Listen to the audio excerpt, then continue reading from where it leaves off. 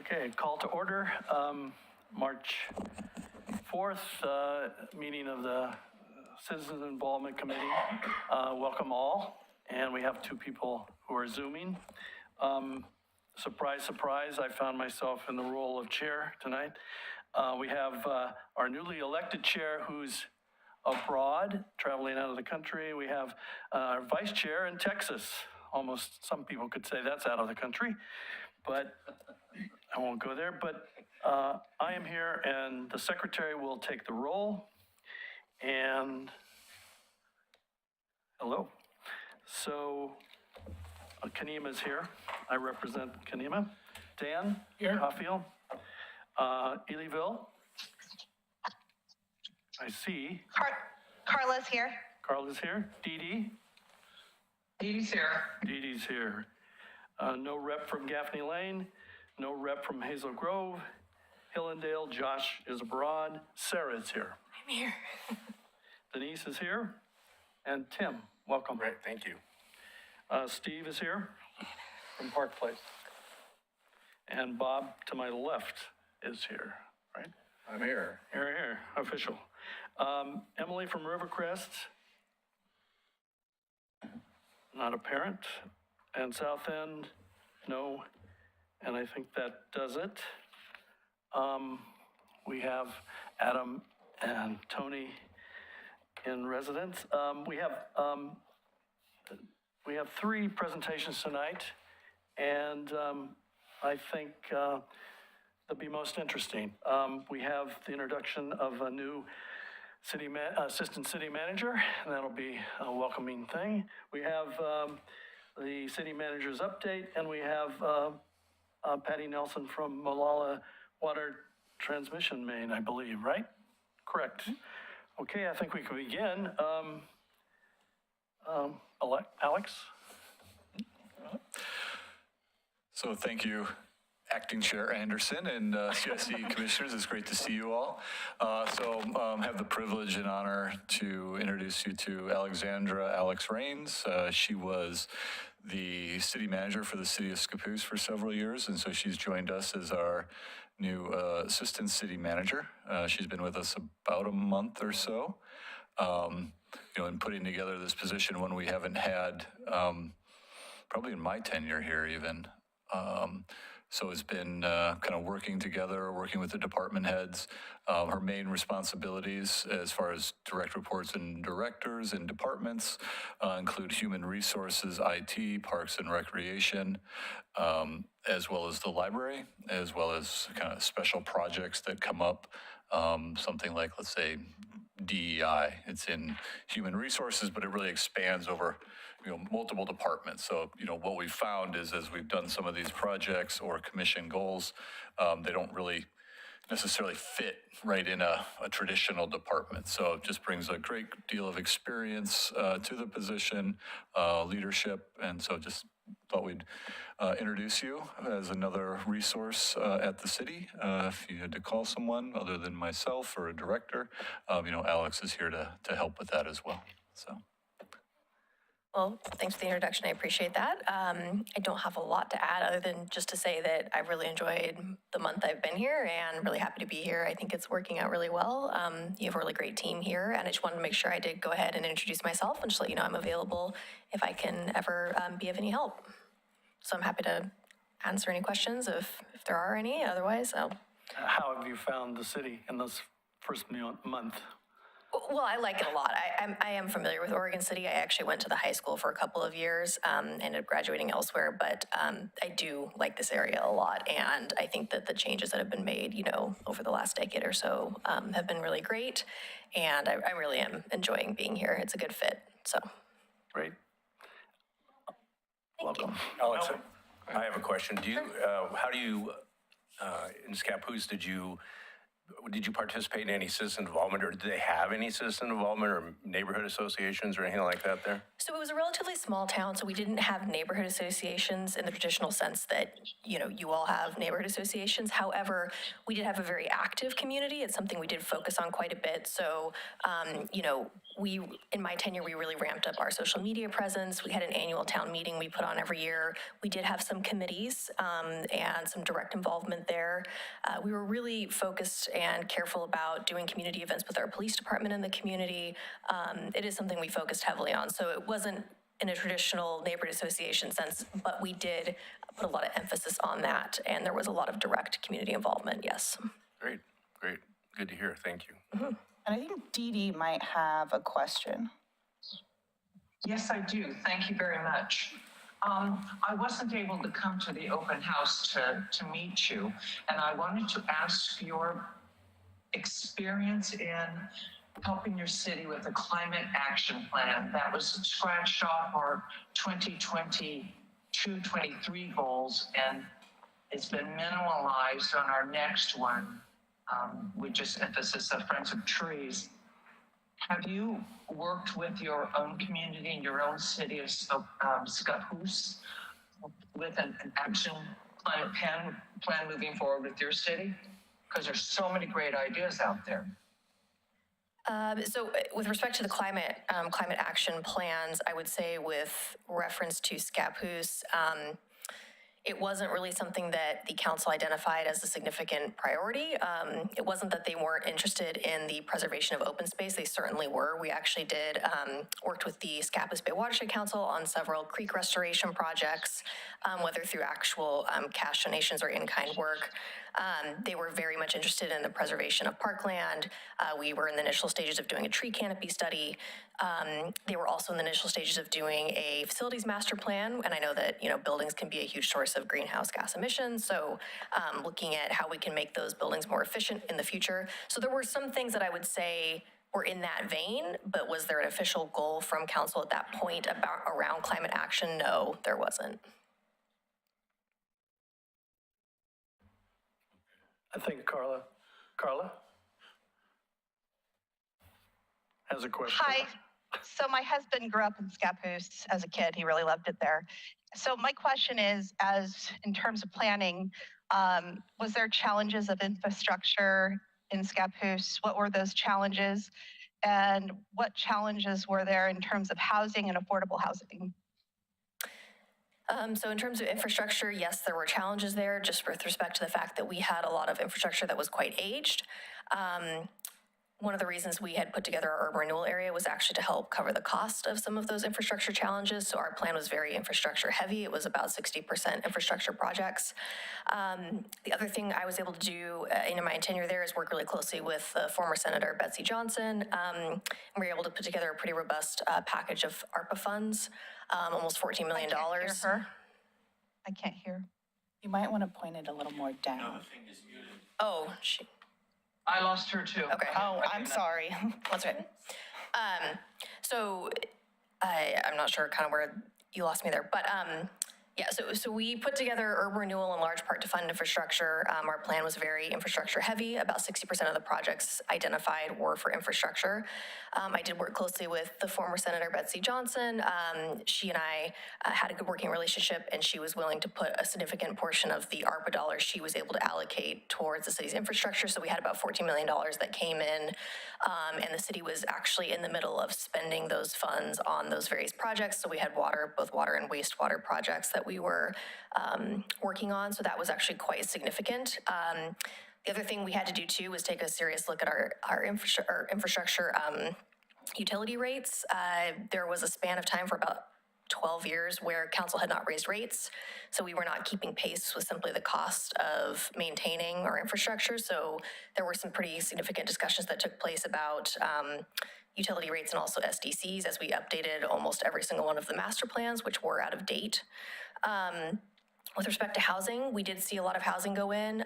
One of the things we actually did while I was there was we made some adjustments to our code to make it easier and more profitable for apartments to be built. And once that happened, we did see a lot more apartments go in. The amount of buildable land in Scappoose currently is very low. So we're actually doing what's they were referencing as a 50-year plan right now. And one of the things they're looking at is where we can establish urban reserves in order to expand in the future, because we are running out of land quickly, and we're very, very constrained. We have significant slopes, mountains on one side, and basically a whole lot of floodplain on the other. So we're really limited in terms of where we can grow, and they're looking closely at that right now. So we actually did, I think, quite a bit to address both of those items, yes. Bob? Thank you. Could you give us your email address? Sure, I can just give you my card. Right, I think that would be good. Okay. Card. What was it? She's gonna leave a card. I'll leave Oh, cards. leave a card. Oh, Yeah. great. Okay, Yeah. good. And I was going to ask for your phone number, but that's going to be on there too. So thank you. Yes, you That's have all I have. all of it. Would you like to ask any questions of the CIC? I don't think so at this point. Like I said, I just, I thought it was important to come meet you all and just say hello and make sure that you knew I was a resource that was available. Great. And your offices will be? They are here at City Hall, right near Tony. Great. So, Anybody? Thank you. all right. thanks. Welcome aboard. Thank you. Glad to have you. I think we turn it over to Tony, please. All right. So just thought I'd just take a brief, 10, 15 minutes, just kind of give you an update on what the commission's working on, what we've been working on, kind of where we're heading, kind of some of the things that we're addressing over the last couple months since the biennial budget started, but also moving forward. But I thought I did this at OCBDA the other day. Thought maybe this would be a fun way to kind of start this. A little bit of trivia. So, how many miles of water lines are in Oregon City? I'll give you a couple of seconds here to write down your answer before I give you the. Is there a prize? Is there a prize? Bragging rights. So, if you got your answer. I was at the OCBA, so I'm not. Oh, you can't see. Let's see how good your memory is. Not that good. You got that memory? So 154 miles of water lines in our city, and that also does not include pump stations, reservoirs, just some of the other infrastructure that we use to maintain those. Here's an easy one for everybody who followed our budget as closely as everyone did. 23-25, so a 2-year budget. What was the total budget amount for the 2 years? And the answer is $281.3 million over the 2 years. Of that, what is the general fund total over those 2 years? So remember, general fund is kind of what's used for police, parks. They're not system development charges. They're not fees. Did we lose the feed? Yeah. Yeah. Want me to hold on or? Just for a It was a second. staggering amount of money that did it. It scared it. We lost the power. Forgot to pay the bill. Can you hear us all right over Zoom? I can. Yes. Okay. I Okay. think we're back up and running. Okay. It's being So funky today. general fund total, 63.1 million over the 2 years. And then last question, how many public meetings were held last year? So this is city commission, work session, planning commission, citizen involvement committee, youth advisory, natural resource, historic review board. And the answer? 450. Not quite that many, 182. So, just an example of just how many opportunities there are for public involvement, ways to get involved with the community through multiple committees and open houses and work sessions and meetings that are going on. So just thought, some fun facts we'd throw out there, kind of get us started here. So when we talk about some of the work that we have, we obviously went through our 2-year budgeting cycle that started July 1 of last year.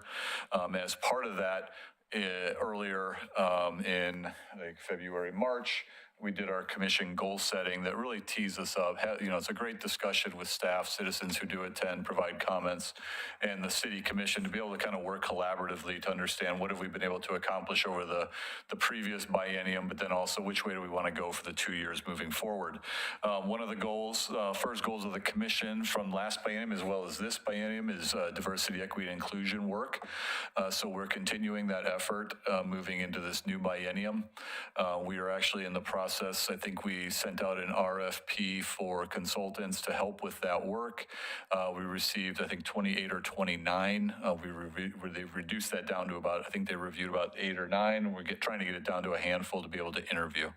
So that'll be moving forward here over the spring and through the summer, and really focusing on what are those training opportunities that we can do internally for staff related to DEI, as well as how to utilize an internal kind of working group with staff, as well as an external citizen group that was similar to what we did the last 2 years.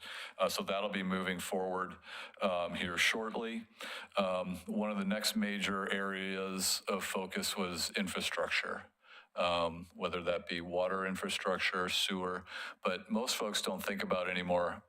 IT is really becoming kind of infrastructure for the city. It's amazing how much we've come to rely on kind of the networks, Zoom, posting things online, being able to live stream videos, pretty much any permit, accounting, bills that we take are all transactions that are happening through our internal IT network as well as that external IT network. So many of you are aware, last year, we had a ransomware attack on the city.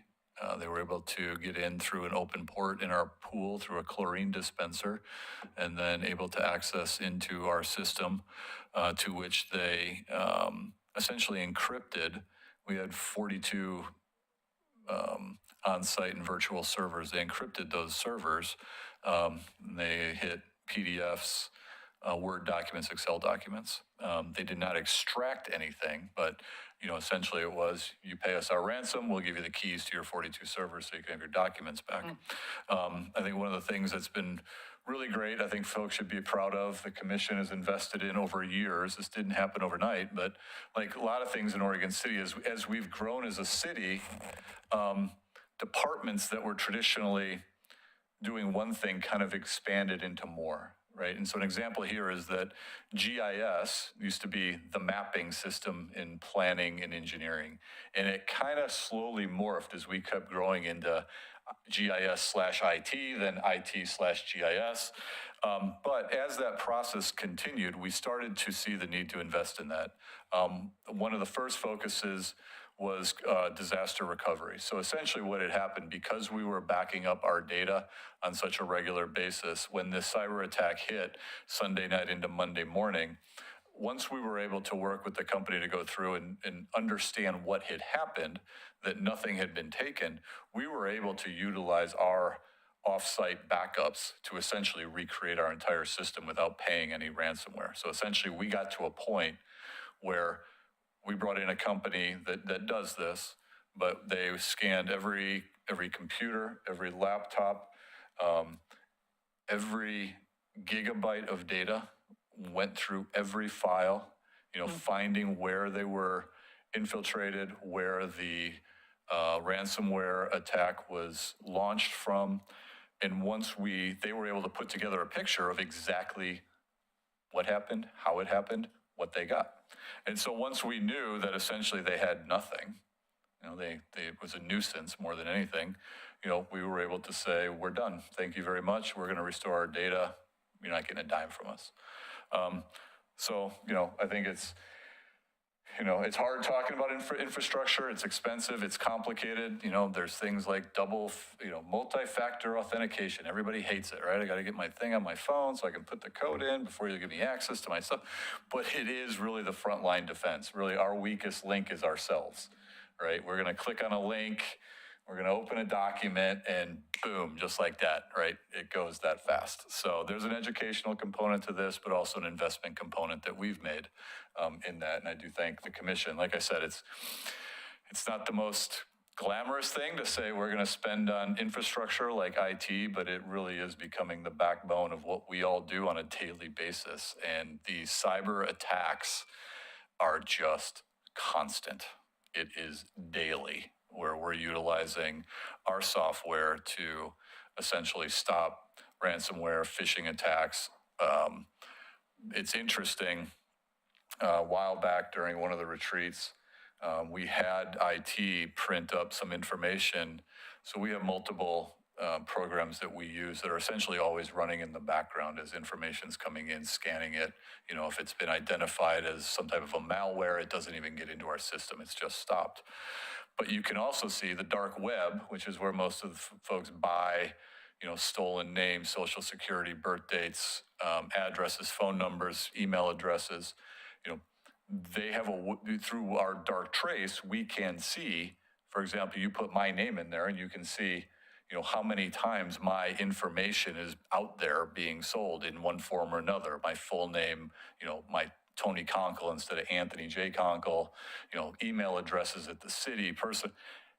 It's scary, actually, but it's constant. I don't think people realize the constant barrage. And even us, why, like Oregon City, you know, and it wasn't a ton of money, but it was enough that it would have been painful, but it wasn't so much that you're not going to pay it, right? What we learned going through this process is it's a business for them, right? They're spending time to infiltrate your system, like to get you then to have to pay them, but they're not going to make it so much that you can't, right? So it was an interesting learning experience. I was ecstatic that we had hired our new IT director, Mike Dobai, about 3 weeks before the incident happened. But you know, it's another example. Folks ask, well, the city's expanding. Why are they creating this? You know, it became time. We've gotten big enough that, you know, you needed an IT department with an IT director who, you know, understands networking and security and those type of systems. Once again, just pretty happy. Appreciate the commission supporting, you know, those asks as we try to, you know, continually improve that system that, like I said, not only we rely on, but the public relies on it immensely. How many people utilize our website, provide information, submit permits online now. Pretty much everything's moving in that direction away from paper into digital. And then we get into more traditional infrastructure, what we would normally think of. I know Patty's here to talk a little bit about one of the WIFIA projects, so I won't talk too much about that. But we were able to secure about $33 million worth of water projects over the next several years. So that'll be wonderful improvements for, included in that is some cybersecurity for what do we call our SCADA systems, which monitor the water systems remotely. Really a lot of older pipe replacement and upsizing throughout the community, especially on some of our main transmission lines. So about half of that money is a loan from the federal government with extremely great terms. It's like a construction loan. They don't start charging us interest until we start withdrawing the money. And it's at really great rates relative to the open market. So the flip side of that was we needed to come up with half of the money. So we were able to do that through the use of ARPA funds that we received. We put a significant portion of those ARPA funds toward water infrastructure, as well as utilizing existing reserves and then projections on revenues and system development charges that'll be coming in over the next couple of years. But once again, that's a huge lift for us. It's a big investment that we haven't been able to make historically in this community. Really looking forward to get those moving. Another component of that is what we call, I'm sure John's presented I&I, stormwater infiltration in the sanitary sewer system, which then just ends up getting treated during the heavy weather events down at Tri-City plant, thereby using up capacity, increasing the need down there. So everything we can do to remove I&I from the system is something we've been focusing on. We were also able to, it was great working with Water Environmental Services, Tri-City. They set up a program where they'll cover a third of the cost of those I&I eligible projects. So, it's a great way for us to leverage the funds we have with those monies coming in from WES to really increase the amount of projects that we can do, starting on some of those older areas of the city where you would not be surprised if there was cross connections of storm into sewer. Traditionally in the day, you just kind of combine both and just sent it down to the treatment plant or to the river. So really it's kind of working backwards in those older neighborhoods and separating those two systems out now that we do have more of a dedicated storm system and a dedicated sanitary sewer system in the community. Another area that they're really focusing on are community events. So we were able to set aside $100,000 over the 2 years for community organizations to apply for grants for community events. So I think of First City Celebration, kind of the beer fest that would happen down at the end of the Oregon Trail. And then another project, so the commission just recently had a discussion about and asked us to put together a 4th of July event. So we're planning a concert and laser light show based on the 4th of July, which I think happens to be on Saturday this year. So it's really good timing to start that event that the city will actually be sponsoring for a community event. And then we continue to do our concerts in the park, just seem to get bigger and bigger every year. Great turnout there, as well as our movies in the park. Another thing that Adam, Commissioner Marl, really championed with the help from the mayor was the creation of the Youth Advisory Committee. So really been fun having junior high school students coming in. They put on a mental health fair this year, which was really great. And then we currently have open If I Were Mayor for a Day contest. So that will be interesting to see what kind of responses we get for that. And I believe the Youth Advisory Commission is going to be the ones reviewing those. Yeah, the contest just closed on March 1st. So the next youth advisory meeting, which is next Monday, they'll be able to go and review. We got 22 poster submissions, and then a couple of the multimedia presentations and a couple of the essays as well. So that'll be fun to be able to evaluate. Yeah, and I think Hannah's done a great job. Hopefully you feel that with the CIC, but also with the Youth Advisory Committee. Adam, they also took a couple Youth Advisory Committee members down to Salem to see the legislature.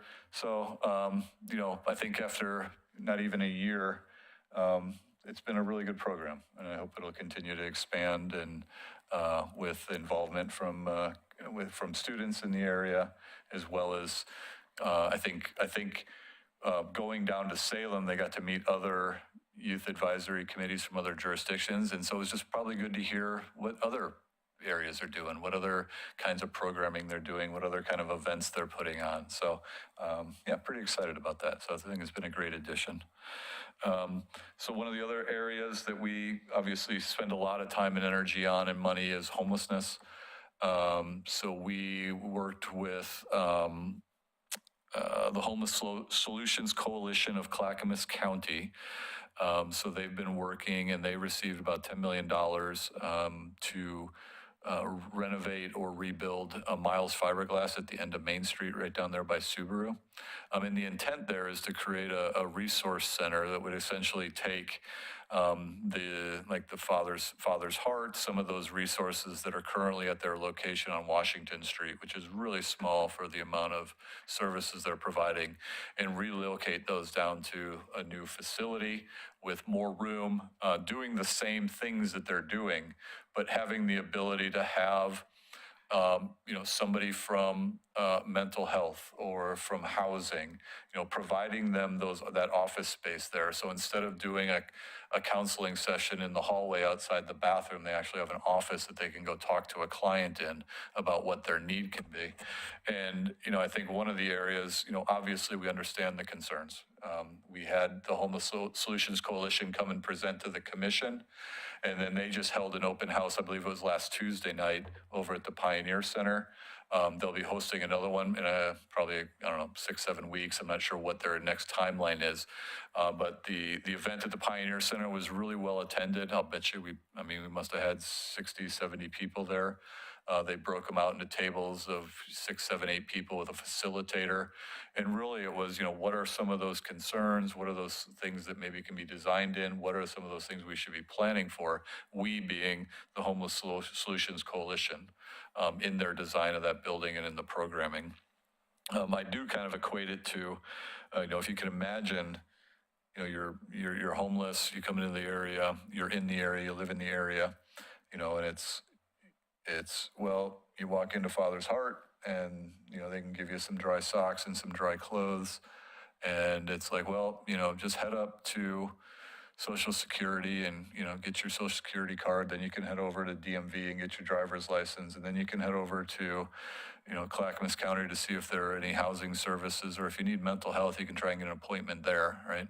So you can imagine trying to walk your way or ride bus up and down Molalla and 7th to try to get those things accomplished. And really the idea is this resource center is you have these resources here, they're just scattered. Can you consolidate them in one location to make that process more efficient? Have caseworkers, staff there that can help someone get through that process. Whether we like it or not, right?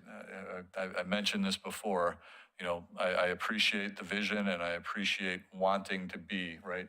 That we plan for where we want to be. But then there's also another part that I deal with, which is the reality of what today is. And the fact of the matter is that, we have community members who cannot navigate that system on their own. And so either we try to find a better way to help them get out of that system, or we ignore it, right? It's not going to cure itself. It's not good. That is the reality on the ground. And so, like I said, I think this is really about trying to figure out what are those things that can be incorporated. For example, one of the design elements they looked at Miles was a very large interior courtyard, so that you don't have queuing up out on the sidewalks and things on the sidewalks. You can bring that internal to the development where the staff and the resources are, improving that edge, to the general public, right? It's, one of the biggest things we see. I don't want to see them. I don't want to see them sitting on the side of the road. I don't want to see them sitting in a park, right? I don't want to see them on the sidewalk, right? Not that that's in any way correct, but it is something we hear a lot, right? And so that's an example of something that's been heard that they're trying to design into the facility. Another thing was, so, in the metro region, supportive housing funds, so the tax that was passed is bringing in much more than they ever anticipated when they passed that. And so that tax of around the whole metro region is collected and then distributed to the 3 counties as the housing authorities and community health organizations. But once again, another example of right, wrong, or indifferent. If you voted for the tax or you didn't, right, it's being collected. And if it's not spent, it's not going to get given back. It's going to be spent somewhere else. So Clackamas County did reach out to the jurisdictions in the city, and they allocated about $5 million and said, if you local jurisdictions have a good local idea, submit it, we'll consider it, and maybe we'll fund it. So we submitted 2 proposals.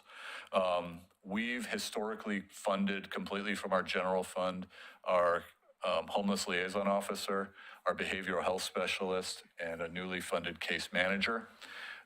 Most jurisdictions kind of saw, and I'll give this credit once again to the commission, Chief Band, when he was here, of really trying to think of different ways to kind of address homelessness.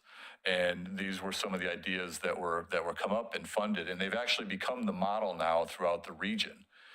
And so you actually have other jurisdictions who are now having behavioral health specialists or case managers, but they're funded through SHS funding. And it's like, well, hold on, we're paying for this out of our general fund. So one of the grants is to get like half of that money reimbursed through the SHS money. And I say half, and this was a discussion that we had with the commission, was, our behavioral health specialist doesn't only help homeless people.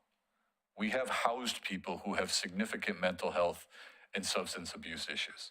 Okay. So, it was just one of those like, okay, this seems fair, which would help our general fund a little bit. The other component was the creation of a local community court out of our municipal court. So right now, Clackamas County does have a diversion court.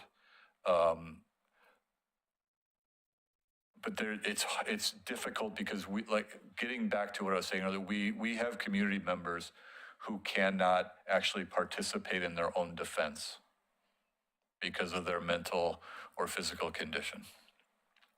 By localizing this and focusing it with, as part of this is, additional time for our judge, our prosecutor, our bailiff, caseworkers, a case management company, like a nonprofit that would help, making sure these folks get into the diversion court, which means, okay, instead of getting a trespass charge, in order to get that dropped, you're going to attend 6 counseling sessions, you're going to stay on your medication, and you're going to report in, right? And so you have a case manager helping them through that process. I think you'd be amazed how much of our court is someone fails to appear, especially if you're homeless, which just is this cycle that goes round and round and round, and you don't ever actually get to the point of providing any service.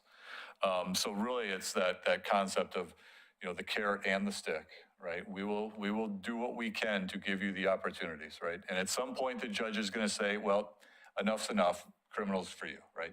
But, I think most would agree, at least in the conversations, right? Homelessness is not a crime, right? But we treat it that way. It's fallen to the police to try to address it that way. So really just trying to come up with other ideas, especially because as the county seat, Clackamas County, we have mental health here, we have parole here, we have the jail here. We have a significantly higher impact on our community than other jurisdictions in Clackamas County. We'll see. We should hear probably in the next 3 or 4 weeks whether it gets funded or portions of it get funded. I am hopeful. The conversations as part of the application was a discussion about the disproportionate impact on Oregon City as the county seat relative to a West Lynn, a Lake Oswego, right? I mean, it's night and day in terms of the impacts.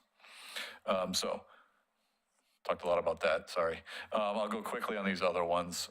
For tourism, the commission's talking about the creation of a destination marketing or management organization. So essentially a nonprofit organization, a 501c3 or a 501c6 that would really take on the role of marketing Oregon City and its assets, whether that be tourism or retail or, why you want to come visit our restaurants and our drinking establishments. That would be partially funded through our transient room tax that we collect. So we would essentially be a pass-through and a partner, but they would become their own entity that really takes on that role for marketing of Oregon City. I do see that Carla has her hand raised.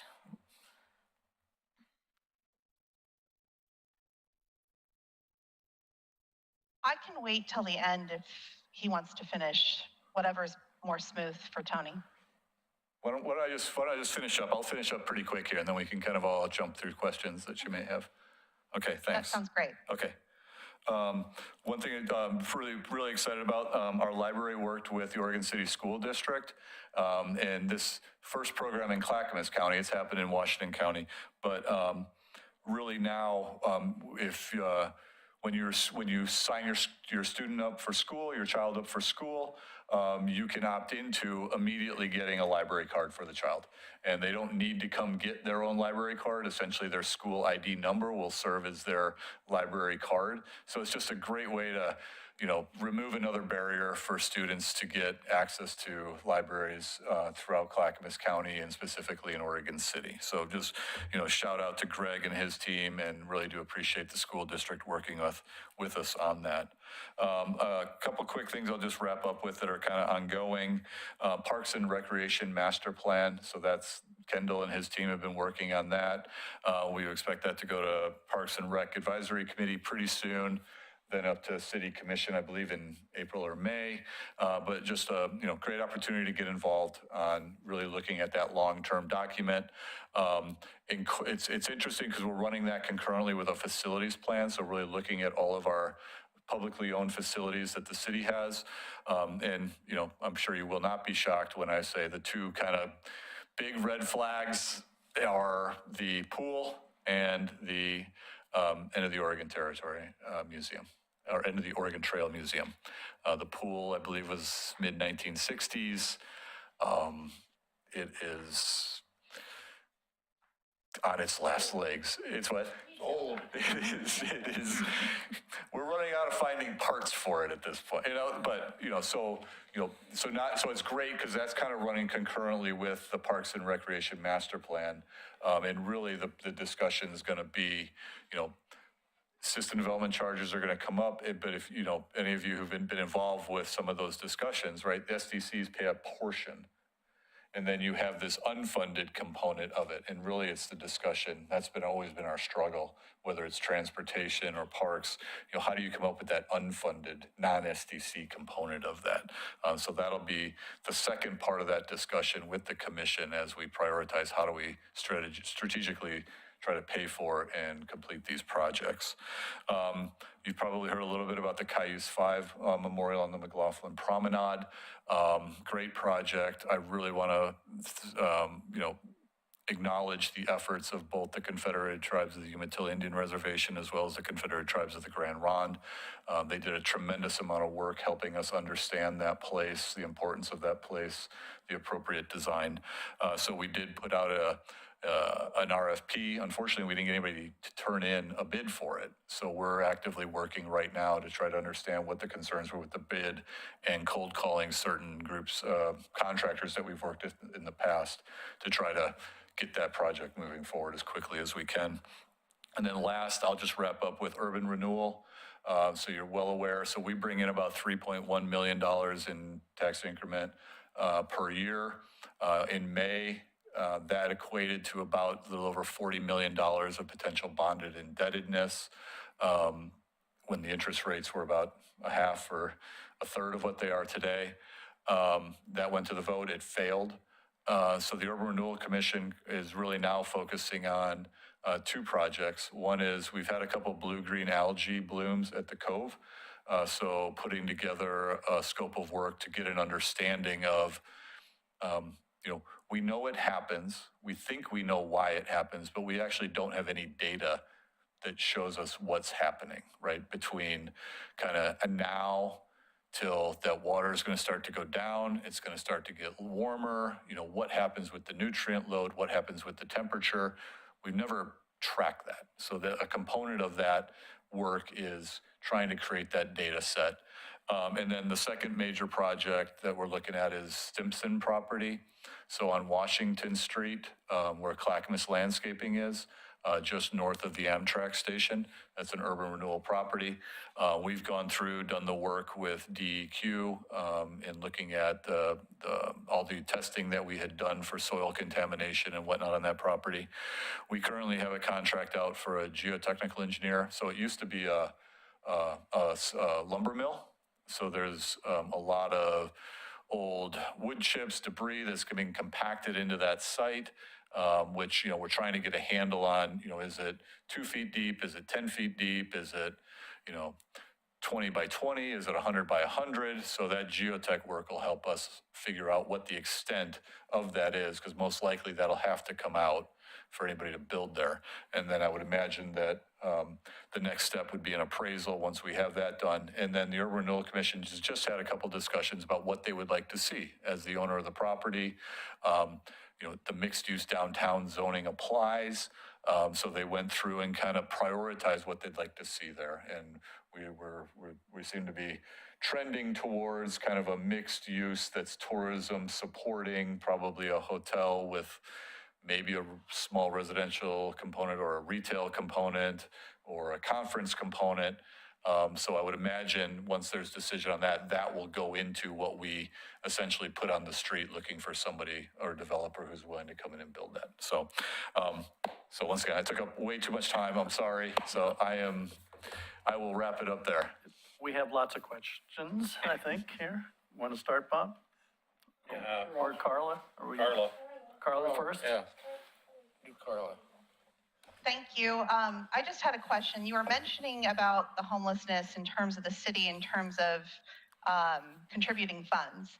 And obviously, there was a lot of complicated things talked about. Obviously, there's a lot of nonprofits involved with homelessness. I think, in my personal opinion, the state has a lot of responsibility on what funds go to homelessness, because it's ultimately the state's responsibility on how we manage it. There's nonprofits coming in as well, which we don't really have control over how they manage what their goals are and how they manage their policies. Where are the city's funds particularly going? I know they go to the police department in terms of mental health, behavioral health, which is awesome. Does the city funds go anywhere else out of the general fund? They go to, we created a fund for cleanups, so for camp cleanups in parks or other public property. So we did the homeless liaison officer, which is PD, behavioral health PD, a caseworker's PD.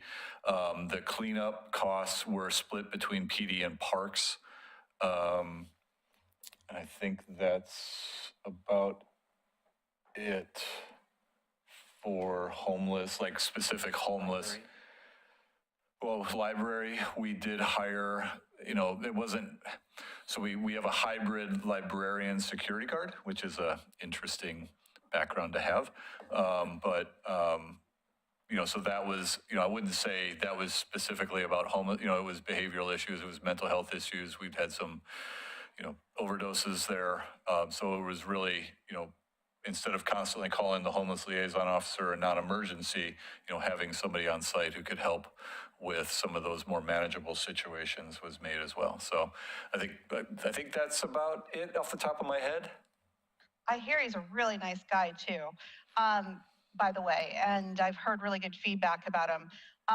So general funds are going to the nonprofits, right? Like no funds to the Homeless Solutions Coalition. They're earning their own funds. No city funds are going to that. Is that correct? That's correct. It's mainly going through the state money, or SHS money goes to the counties, and the counties tend to be the ones distributing the grant funds for like a Loved One or a Father's Heart or a Homeless Solutions Coalition. Those are all coming out of those separate pots. So no, we don't have a homeless grant program that we're running. I will praise Brandy from Loved One. In our neighborhood, we have seen less people on Molalla Avenue because of Loved One showers. So thank you very much. Thank you, Rep. Well, I must say, Tony, that you look a little less stressed since Alex was hired. Maybe it'll slow down the graying process. Maybe. My daughter does enjoy reminding me of the new ones that I get, so I will miss that. Yes. Well, I have a lot less bush up here now because of the leadership positions, so it goes along with it. Just going to pass Can it you tell along. us anything about what may be going on the Willamette Falls Legacy Project? Sure. I know that'd probably take a whole separate meeting, but just a quick rundown. So we meet, so we have a internal team, myself, John Lewis, Aquila Hurd-Ravitch, sometime Christina Robertson-Gardner. We meet with essentially our equivalents at Confederate Tribes of Grand Ronde who are doing the site work. So you may remember a couple of years ago, well, it's been more than that at this point, several years ago, we adopted kind of the new zoning for the property, kind of in a master plan for what we'd like to see in terms of development, development potentials, right? We didn't specifically say, oh, this is going to be apartments, that's going to be condos, right? But it was setting this framework. And so they've been working on, amending that to really fit with what their tribe sees as important to them. So we've been meeting with them. They received, I think it was about $2 million from the federal government for some infrastructure work on the first kind of block. So you can imagine, you're coming down 99 East southbound, you make the hard left and you got Blue Heron right there. And so that's kind of what we call block one. So it'd be a new Water Street down to 4th Street over to Main Street, kind of where the old post office, where the big office building is on the corner there. And so, and obviously if you've gone by there, you've seen they've done a lot of demolition work. They've probably taken a little bit less than half. Remember, there's a lot of little buildings there. It was about 62 or 63 different structures out there. I wouldn't call them all buildings. But they've been taking those out, and they're really prepping up for kind of that first phase. But I would hope, in the discussions we've had with them is that they'll probably be coming in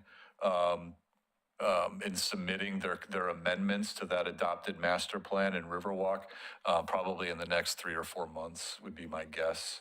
So we have to get through that process, and then they could come in and do kind of site plans for like a specific block, let's say block 1. I would anticipate that office building on the corner is probably going to be demolished in the next 2 months, I would think.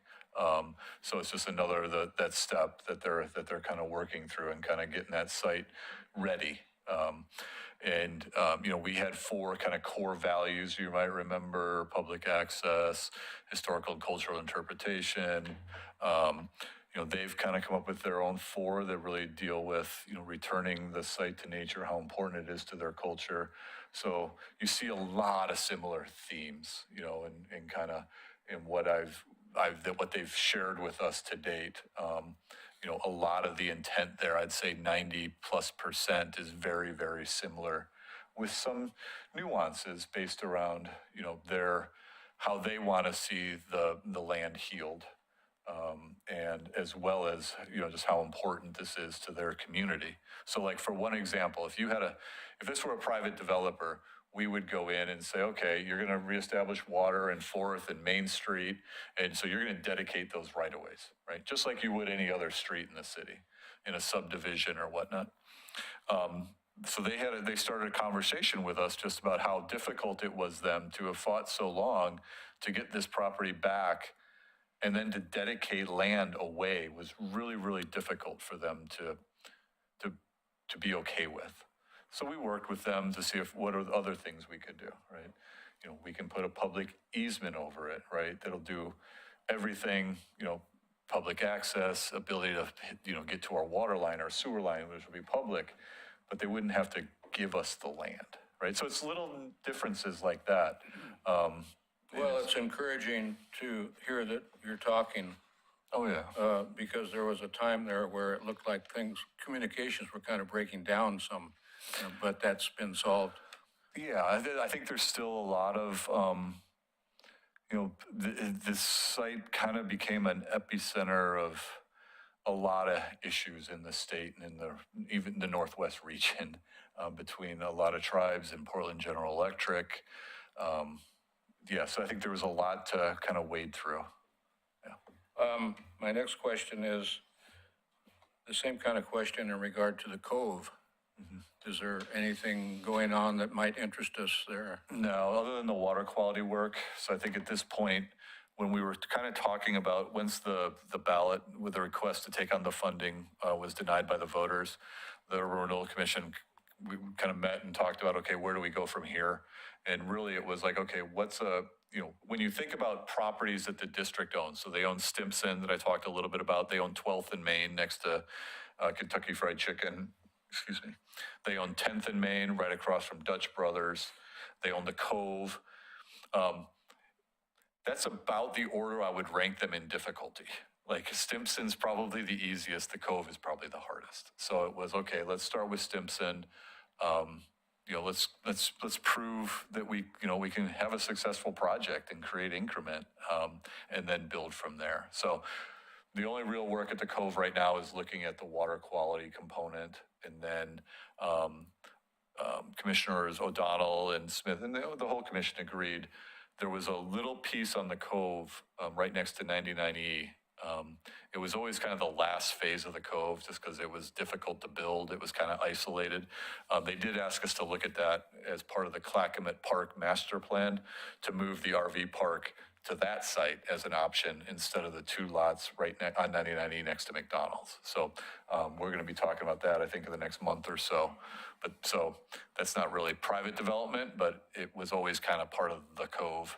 So, but any upland development at this point's we're not even working on. Okay. Tomorrow Wednesday's City Commission meeting, there's an attempt for approval of funding for some vehicles. Does the city have any organized system to update the vehicles in the fleet? Oh, yeah. Yeah, we have a complete list of every vehicle, maintenance costs associated with it, what their life expectancy is. So essentially we have a running chart of every vehicle in the city, and as they hit their life expectancy, or most cases they exceed them, and once you start to get a point where you're spending more on the maintenance costs associated with them, it's we ended up. So we have two things going on. One, we're tracking the vehicles, but then we also have a fleet fund that we're constantly replenishing, so that when we do need to buy 3, 4, 5, 6, or a big Vector truck, let's say, in Public Works, that's, 175,000, we're constantly have that system set up. We're amortizing those costs over the long term, so that we're always on a replacement cycle, and we're not like, oh my gosh, how are we going to pay for this, right? Yep. The Youth Advisory Committee seems to be working pretty good. One problem I can see with it, though, is that the members' terms are somewhat short because of their age. It's not like we'll be here for 2 years or 4 years or whatever. Mm-hmm. Is there any organized system to get new members oriented? You guys want to take a whack? Because I know you guys are probably dealing with that a little bit more than I am. I can tell you that the mayor, you guys have talked about doing some recruitment for the next year's Youth Advisory Commission. So last year when it first started, I believe there were 15 members in total. And now we're down to 11 because there were some students who graduated and some who have just committed to other activities within their schedules and can't dedicate that time anymore. And so the mayor and some of the members from the Youth Advisory Commission, along with Adam, but specifically members of the Youth Advisory Commission, have been interested in getting involved in that recruitment process. So that'll probably happen sometime in the spring before the kids are back on summer break. And we have sophomore through seniors right now. So there was actually a pretty good engagement on the sophomore junior level, I would say, from an outside perspective, especially as a new city employee. I was impressed that the members not only joined at a younger age, because I feel like that freshman, sophomore age is a little bit difficult to really engage kids in, especially in a government level. So I was particularly impressed with that. And then having that continuation of them throughout the continuing years of their high school has been impressive as well. Got to congratulate those young people. Man, when I was that age, I didn't think about government. I was thinking about girls. My final question is, where is the 4th of July celebration going to be? We're going to do a concert, kind of like a concert at the park, but on the 4th itself. So at the EOT. Okay, that's all I had. Thank you. Anybody else? Thank you very much. Thank you. It's good seeing you all. Next up, Patty. Come forward. A long time since I've been in here. Good evening. So I'm Patty Nelson. I've been with the city for 4 years now, hard to believe, and I work in Public Works. So John hired me specifically to focus on water, which is what I've been doing for the last 4 years. And so in that time, we've adopted our master plan, we've updated our SDCs. I think you've seen ballot measures that have come before you for funding. And now we're implementing a lot of work, as Tony mentioned. So we've got $33 million worth of water work that we're trying to get done. Tonight I'm talking to you about the first transmission project, which is Molalla. Let's see, I'm gonna see if I can get that going. Yep. It's our first project. It's the first project you'll see out there. We will be in Molalla, so I thought I'd reach out to all the neighborhoods here by coming to you, and we will be following up with specific meetings with Hillendale and Elleville. Is that correct? Elleville. I'm learning. So just real quick, I'm just gonna provide you a purpose of why I'm here tonight, an overview of the project, some background, kind of highlight some impacts that the community might see, and then how you can stay informed. So what I'm hoping to get, I believe in outreach. I'm active in my neighborhood association as well. And I really feel like this is a partnership. So for my project to be successful, I'm counting on the community to give us feedback on what we need to know. So when we do hit construction and we're out there, we've done the best job we can to try to minimize impacts to businesses and to the community. So I'm here to inform, another way of communicating to your neighbors about the project. And then I want to learn about concerns and suggestions that will inform our design and construction, and then educate residents on how and where we can find information on the project. So this is a quick overview. Most people know the Mountain View reservoirs, the big concrete tanks out by Mountain View Road and Molalla. We have a pump station there. It's called the Mountain View Pump Station, novel name. We will be tying in there with we've now sized it as a 30-inch transmission main, and we'll be going right through the property between the large reservoir and behind Bimart. So we'll be digging a trench through there, and then we'll be coming out onto Holmes and then continuing east to Molalla. And then the project continues down Molalla. Someone asked me where in Molalla. Generally, it jogs a little bit. We're on the east side in one section, and then we'll be bumping out to the middle. We do have an extensive traffic control plan, which, when I go to the neighborhood specific, I can probably cover that more specific with the traffic control, but for tonight, I didn't bring that.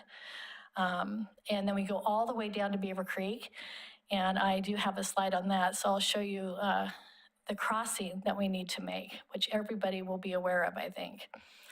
So this project will construct 4,600 linear feet of the large diameter pipe. We do have portions that are 24 and 18 inch. That's why I've got the variation in there.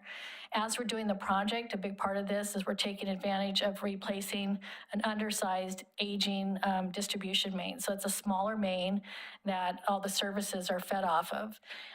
Portions of it are 6 inch. And actually, I'll go ahead and show that. That is a picture of some of our existing distribution mains. They're very old, they're very corroded. Your drinking water comes from there. So we are replacing 3,800 linear feet of that while we're going down Molalla.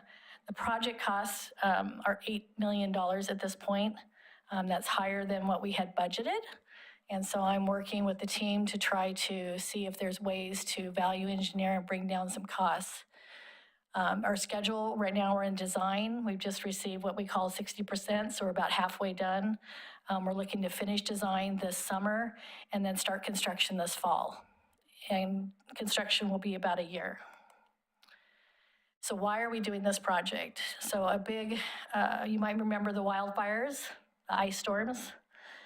That really emphasized, I think, the needs for our transmission mains. We've always known that we have a hard time pushing water up what we call the upper system. So if you think of, Mountain View going south, it's like 70% of our customers all served in this upper zone is what we call it. It's a pressure zone. And we have trouble getting water to everybody and getting them enough water and filling our reservoirs.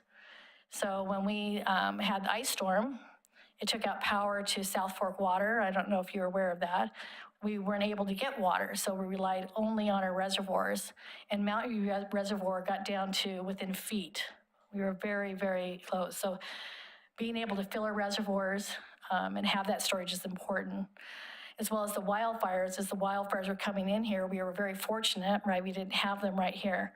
But during the summer, when we have really, high risk of wildfires, that's our critical time. So our system is very strained in that area to be able to hit the demand, meet the fire flow, and have storage in our reservoirs. So that's a big part of this program. That's a big reason why I went after the federal funding, because we need these big pipes to push the water up to our people and to our reservoirs. So this project is the first piece of that. And then the resiliency aspect is, again, trying to take advantage of opportunities. So because we'll be in Molalla, we're taking advantage of the opportunity to replace that old distribution pipe at the same time. So what makes this possible? So I went to neighborhood association meetings, as many as I could, when we were out with our ballot measure. And one of the things I found out is a lot of the neighbors didn't realize we had problems in our water system. And I have a background in utilities, so I've done stormwater and wastewater, and in Portland did the large combined sewer. And it's always a problem. Everything's underground. Nobody sees the problems. You turn on your faucet, it works. Flush your toilet, it works. Out of sight, out of mind. So I think, I'm taking advantage for all of these projects to emphasize not only the needs that Oregon City has, but highlighting because of the voters. This is the only reason we're able to tackle these. So we went out for 2 ballot measures. One was to raise rates above the 3% limit, and the other was to borrow money. There's city charter limits that limit us from doing so, and we need voter approval. We only got approval for borrowing. We did not get approval for water rate increases above 3%. So that borrowing allowed us to pursue a loan through the federal government, which Tony had mentioned. It's called the WIFIA loan. So all these projects have WIFIA added to it. I didn't make up the name. It's part of the program. But that's very advantageous. And because of our rate limits, when we found out we only had 1 ballot measure pass and not both, our financial model when we submitted for this reflected being able to raise the rates. So we weren't sure how much we could borrow because we have to pay 51% as matching. So a combination of things happened. I call it the stars aligned. ARPA dollars came in. City Council committed $5.6 million of that towards our water infrastructure, which helped us meet our matching funds. Then because of the way the WIFIA program is set up and financed, we were able to delay actually paying back that loan until late. So our strategy is we're using our SDCs as we go, our rates as we go. We're going to be pulling loan money as our last draw, because as soon as we start pulling that money, we start accruing interest.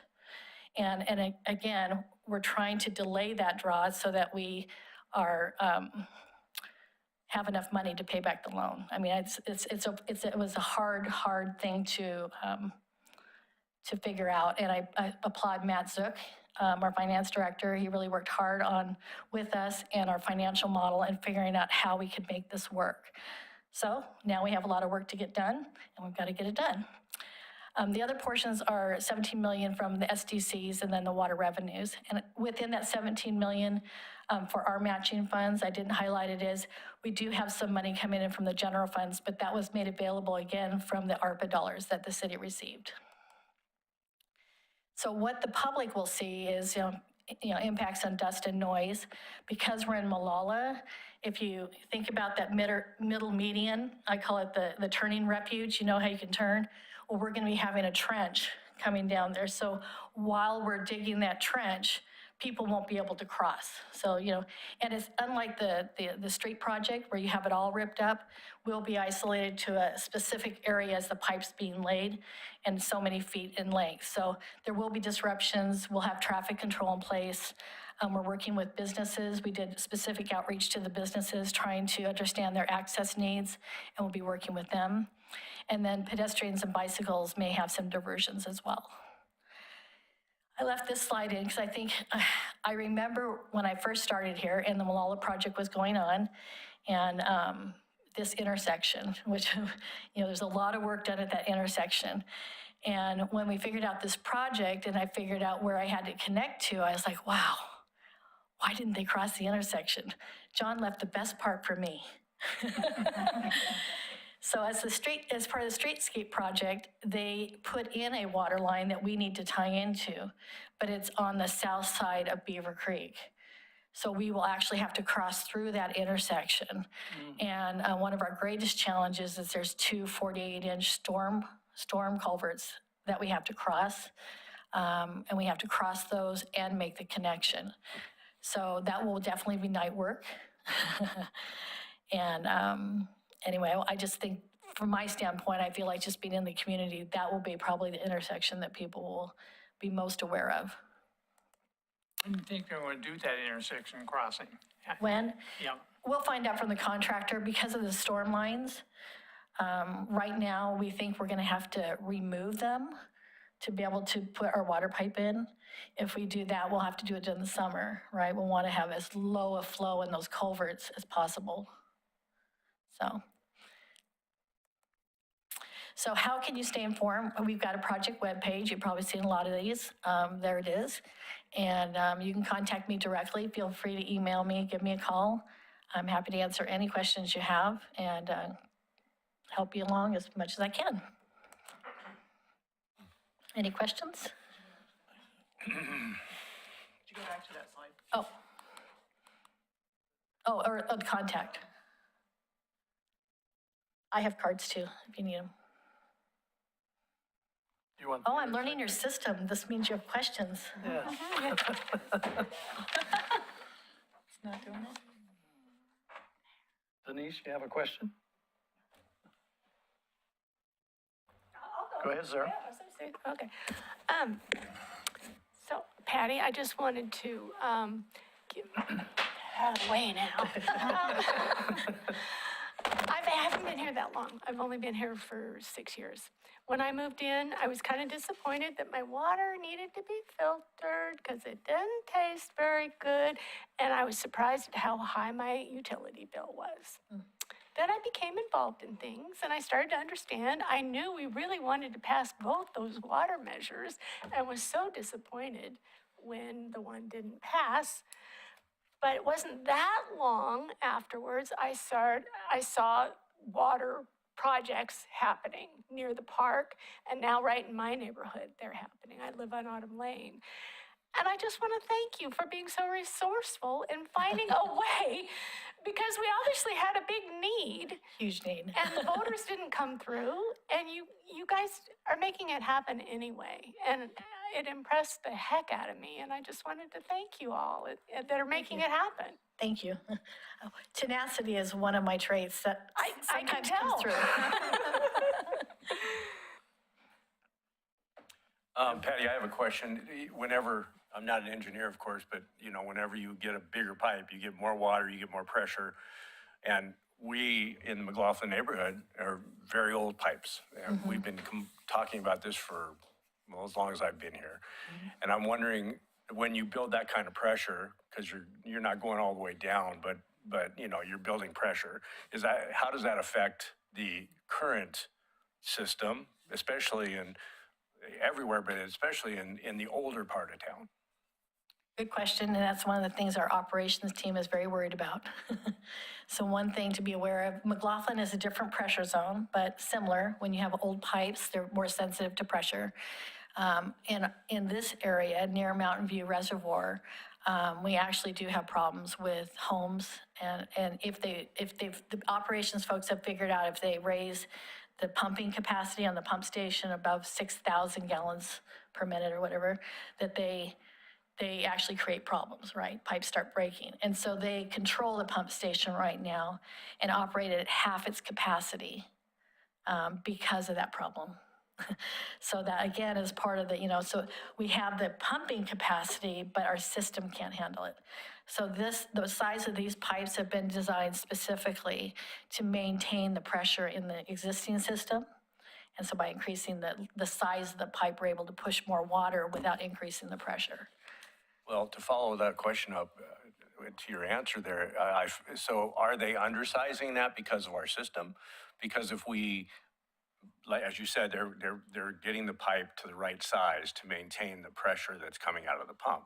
But are we going to have, is it a large enough pipe because the new state law about us expanding our residential and all that, we're going to be getting into some of the areas that we don't currently have housing. And is it going to be big enough to support that kind of growth in the next 10 years? So the pump station, I don't know if that's what you're referring to, but it is capable of pumping up to 12,000 gallons per minute. I'm speaking more specifically about the pipe you're putting in.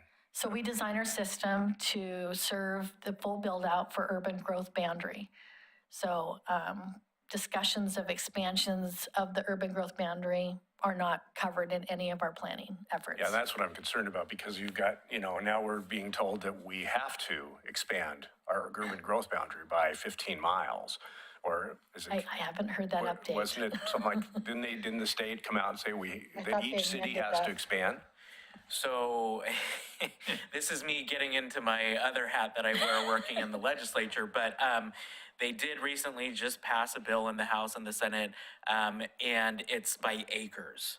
Acres. And it's not, fortunately for us, it is not a requirement. It is an option for cities. And you have to also meet strict requirements in order to meet those thresholds. So one, the city has to want it, but two, they have to meet a bunch of different requirements. I believe the acreage amount that they decided to pare it down to was no more than 100 acres for cities that are our size. And then for smaller cities, I think under 20,000, they limited it to 50 acres. So that's my understanding of it. Okay, great. Well, then that answers that question. And so it's not going to be a massive build out. Well, hopefully one of the criteria is that you can serve it. Right, and even if the city were wanting to pursue that and qualified for it, it would only be a one-time thing ever, unless they were to authorize it and pass another bill. But that's what the current bill that was just passed says.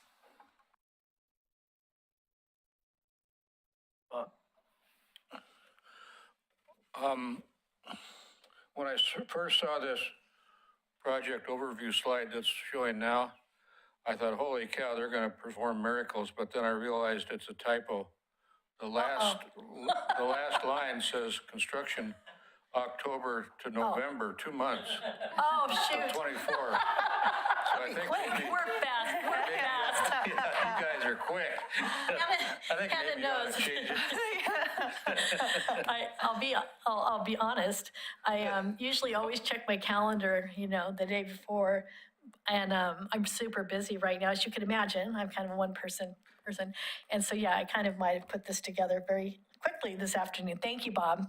Well, I thought maybe you had some divine intervention there or something. I wasn't sure when the summer was coming. 25, yes. We're not that good.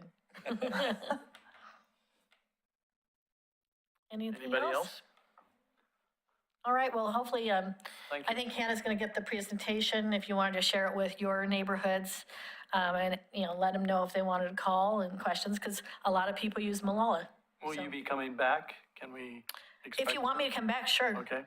I find that usually we'll be doing some open houses. We'll do one open house, probably around 90% when we have a better idea of all the details and the plans. And then I've scheduled another one probably in fall when we have the contractor on board. So when we have, that's what most people want to know, like, when are you going to be in front of my house, right? Right. And so we won't really know that, we can speculate, but when the contractor's on board, they're required to give us a schedule. So I like to, communicate that out. Okay, good. Right. Thank you very much. Thank you.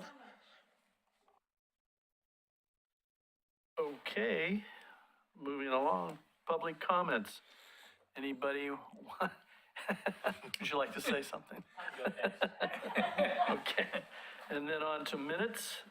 Have we reviewed our minutes from February 5th? I have a correction.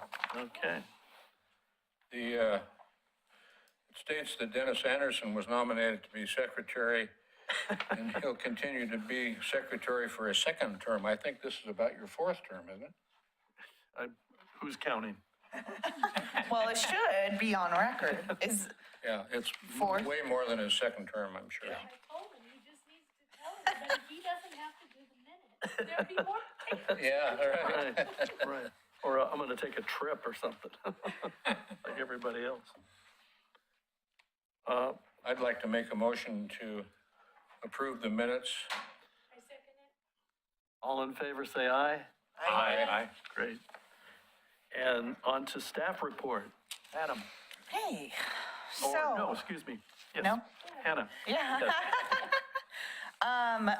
So first, just really quick, trail news went out. You should have received it in your mailboxes. If there are any corrections that need to be made on that, make sure that I know. I know that Caulfield has a meeting that was moved over last minute. Those last minute changes are hard for me to be able to add into the larger image of when neighborhood association meetings are happening. But any changes that you have with your neighborhood association meetings, whether it's times, locations, try to get that information to me as soon as possible, because there are always monthly e-trail news that go out. So the sooner I know, the quicker I can get it out into the community. John Adams, Fire Station 15, the division chief of Clackamas Fire District reached out to me because within that fire station in the basement, there is a dedicated portion of that basement that is labeled neighborhood association storage. Correct. And he is wondering and inquiring about if the neighborhood associations are actively using that, what that situation is. The basement? Yes. Yes, we are. We use it. Okay. We are, for And sure.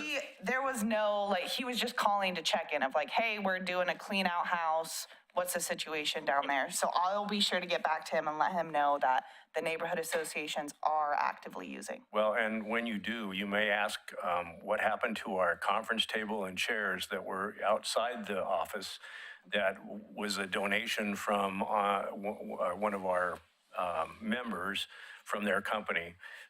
We had a... From the fire department? No, but we had a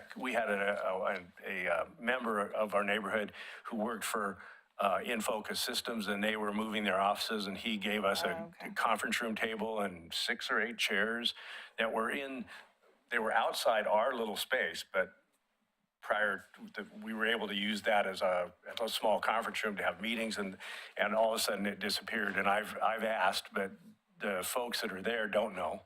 Yeah. And there've been 3 chiefs since that happened. So I just curious because that was really a helpful thing for us to use for small meetings like our steering committee meeting. And, and as difficult as it is to get into the library, with all their rules, for small groups, it'd be nice to be able to have that again. And I also know that because of COVID and other issues with security, they didn't want anybody getting past that door that is between our office and the main fire station. Okay. And so, we always had access to that, and now we don't. And I guess I'm okay with the fact that we can't do it, but it's taken away our ability to use that as a conference area. I know too that the chief had mentioned doing a field trip out just to be able, for those who didn't know that space was available, to be able to view that space. So I can, if that's something that you're interested in within the sorry, to do what? CIC, doing a field trip out to the basement for those who aren't aware of that particular space and what's stored there. I don't know if it's separated by each individual neighborhoods or if it's more of a collective. It is, we have, it was initially set up that every neighborhood had a file cabinet. Okay. We have a table and chairs. We had a desk and a computer, which somehow is now gone. The computer's gone. The printer's still there, but the computer's gone. It belonged to the city, so it's very possible that IT took it away. And there's a phone, and so we are using it.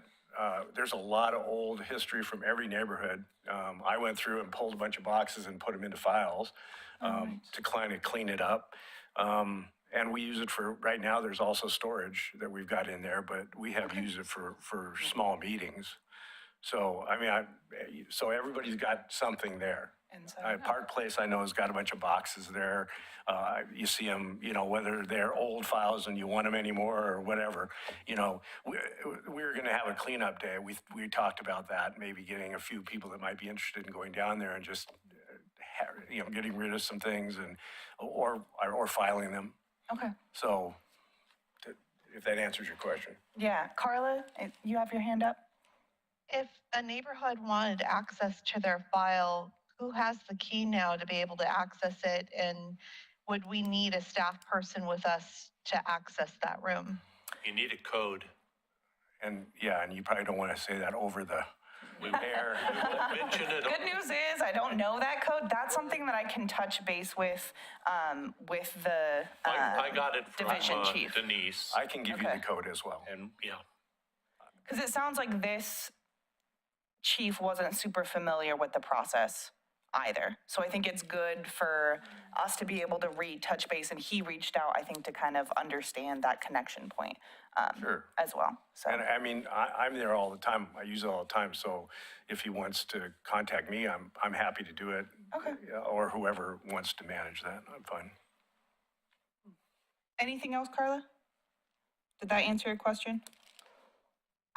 Do you want a staff person there when we access it, or at least someone to check in when we go there if we got the code, or I don't know if you like want us to sign in there, or how does that work? So that's not, Clackamas Fire is separate from the city of Oregon City, so that would probably be a question for Clackamas Fire that I can most definitely ask. Well, you Okay, sounds you can't go anywhere.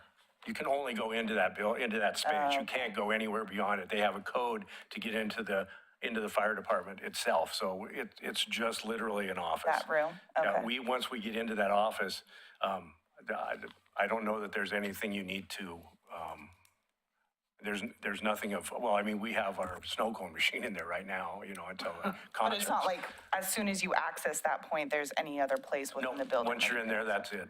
Okay. How many people can you get in there? You can get 6 people around the table. Okay, small one. It's small, but Must be. we did have, it's gotten better. But we used to, again, we used to have up to 10 or 12 people with that conference room, but now we don't have that And many. is every neighborhood in the basement? In a Yeah, file cabinet? everybody's brought stuff down there, so. Totally unaware of that. Yeah. And I think this is a good opportunity too for the neighborhood associations who weren't aware to get in contact, be able to get that code and see what your specific neighborhood association, if they have anything, what's stored down there. Great. And it's probably older than, Well, we're doing. Okay, moving on. Habitat Humanity Restores is interested in doing a collaborative donation drop-off event where they would choose a Saturday within April, May, or June. And they would provide a branded box truck that was staffed with a driver for a Saturday, and the neighborhood associations, not just one, but plural, would secure a location. They would be able to supply you with flyers to broadcast the event. That's something that we could always broadcast through the Oregon City Facebook as well. Is that something, I sent an email out about it, is that something that you're interested in and want to move forward with?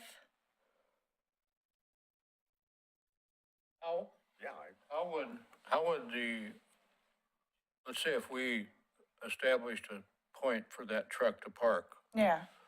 how would the word get out to the neighborhood? Through Facebook, through you being able to post flyers. I know some of the neighborhood associations have social media accounts themselves. Oregon City has a pretty strong presence. I can post it on Nextdoor as well, post it onto the website, add it as an event to all of the neighborhood association calendars. And then reach out to all of your contacts within the neighborhood association. I can send out an email through MailChimp to all of the members who are subscribed through that channel to be able to broadcast it as well. So we have a variety of different options to be able to broadcast it out to the community. What kind of materials would they be looking for? There in the E, I think I have it. Yes. New and gently used building materials, furniture, appliances, homeware, home goods, and tools. And then they use those donations to be able to resell all of those materials at their restores. And then those funds go to be able to help fund various Habitat Humanity projects that they're currently working on within the larger greater Portland area. So I emailed. I don't know about that one. I sent you an email out with a list of dates, so I think the next step would be just to solidify a date. would they have the pickup site in the neighborhoods or? So it sounds like it would be one location for all of the Oregon City neighborhood associations. There would be one location where this one truck would be located for one Saturday. You could always inquire because she did send us like a long list of dates. You could, if McLaughlin Neighborhood Association, Park Place, if there's a group of neighborhood associations, whether that's everyone within the CIC with an active neighborhood association or just a handful of them, you can always reach out and ask if you could do independent neighborhood association drives or donation drop-off events rather than one larger one. But I don't know what their capacity is for that. But that's something that I can always reach out and ask. Looks like we have I to would get back think to you. that it would Yeah. be probably more effective and acceptable if it went neighborhood by neighborhood. Okay. Um, Like, I that's just my don't opinion. know. I don't know. I don't know if they have the capacity to do that because they reached out to Oregon City neighborhood associations as a whole. But that's something I'll look into and I'll get back to you on. Well, I think they, like they do with the shredding event, they have it at City Hall, or up at the Libkey building. I mean, that makes sense. Yeah. And we all take advantage of that, all the neighborhoods. But I mean, I agree. I think that it's more effective. It's in the neighborhood for us to get out and market it. Yeah. And if it depends how big a truck it is and how much stuff there is too. You hate to have a truck there and nobody show up too. Yeah. So we were going to bring it up at our neighborhood meeting. Okay. And find out if there was an interest in it. And Awesome. then we were going to get back with you on that. I'll reach out to them and ask about their capacity to be able to do individual neighborhood association events and get back to you on that. And other big news, today, the contract has officially been processed and just needs to be signed on the other side of Eagle Web Press. But the cost per postcard is 51 cents, so it's a little bit more than I had advertised last time. And that's because I had to make sure that it was within the contract that they would use colored paper. That wasn't in there initially, and I wanted to make sure, based off of conversations and things that I've heard, it seemed that that was really important to make sure that you had colored postcards. So Small, without color, they'll be lost. yeah, so they will be colored. The color will change. You can ask for a specific color, but there's not a guarantee. Like McLaughlin just sent me a postcard and asked for, hey, can this be in spring green? And I forward that on to the company that we're with now, but it's always kind of based off of the stock that they have in hand.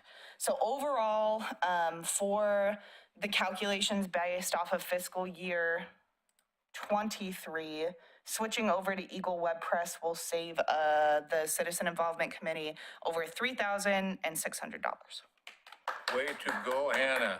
Woo. And when does that contract take effect? Which month do we start with them?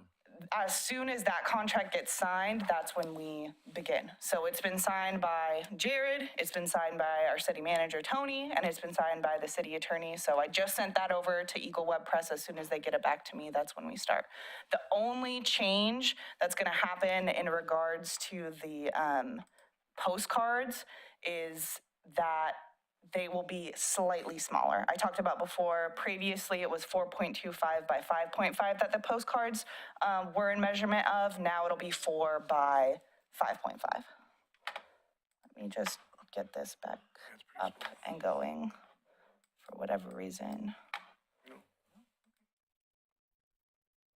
don't know if it just fell asleep. Are your screens? Yeah, they're dark. They're dark? Ed? Of course they are.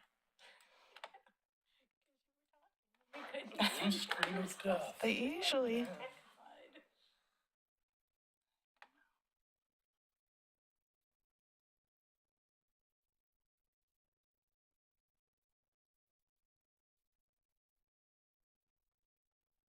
I don't know why it wouldn't be showing. Carla and Dorothy, what do you see on your screen? We just see you. Okay. Well, fortunately, there's no other materials that I need to share visually, so it looks like I won't be. CIC renewals. I have gotten everybody's application except for Dan Burge and Dennis Anderson. I need your CIC applications. I will resend you another email with that link. Just make sure to fill out those applications. I have everybody else's.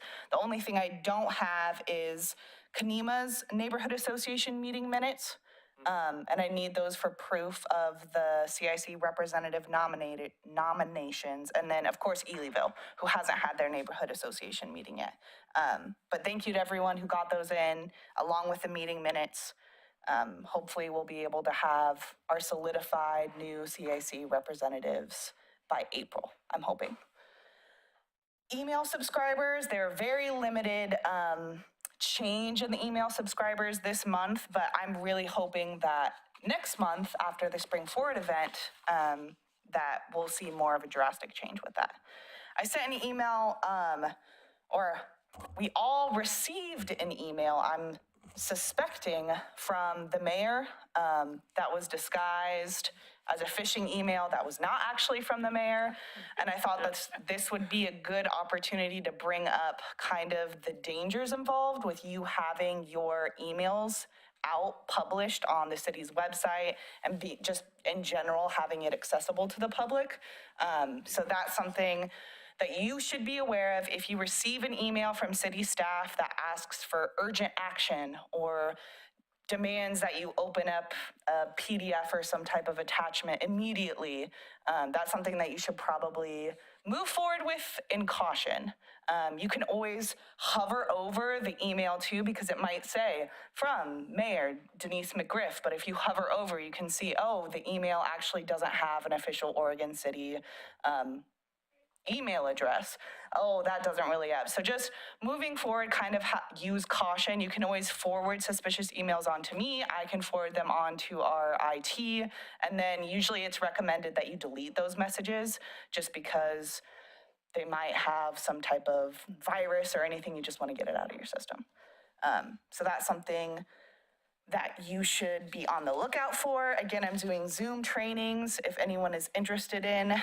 Something that wasn't on the report is I met with Patty Stewart, who is the one of the administrative workers for the police who works specifically with neighborhood watches. Neighborhood association watches. And so I kind of met with her to discuss the process in which neighborhood association watches, or neighborhood watches is what they're specifically called, kind of come about, because there have been people who have reached out from inactive neighborhoods who want to get involved with neighborhood watches. In an event that you or anybody else would want to start a neighborhood watch, you would need to first contact your neighborhood association and become contacted with them, then be able to kind of create a crew of people who would be dedicated. You would have your city liaison officer give you training, and then you'd be able to get resources from the city, and then be able to independently host and hold your neighborhood watch. Something that is available, if you don't already know, you don't have to have an established neighborhood watch to be able to receive signage. So through the city of Oregon City, through their neighborhood watch program, they do fund signs. If you reach out to Patty Stewart, she can be able to help you through that process. They're about $45 per sign, but the police pay that. Then Public Works installs those signs for you. So if you don't have neighborhood watch signs within your neighborhood association or your neighborhood, or if you have older signs that are kind of run down, Patty Stewart would definitely be the contact. You can email me directly and I can get you in contact with her. But I just figured that maybe if not neighborhood watch, maybe the neighborhood watch signs is something that the neighborhood associations would be interested in. Another thing she wanted me to mention is to put on your calendars August 6th for National Night Out, because that is going to be happening this summer and they really value making sure to have the neighborhood associations present. So the sooner we can get that on your calendars, the better. Again, August 6th. Is it going to be at Moot again? I do not know. Not Moot. No, Oregon Trail. My guess would be yes, but I haven't, my guess is they're in the light stages of planning at this point. But she did emphasize to me that she wanted to make sure that that date was on all of your calendars. Any questions? Okay.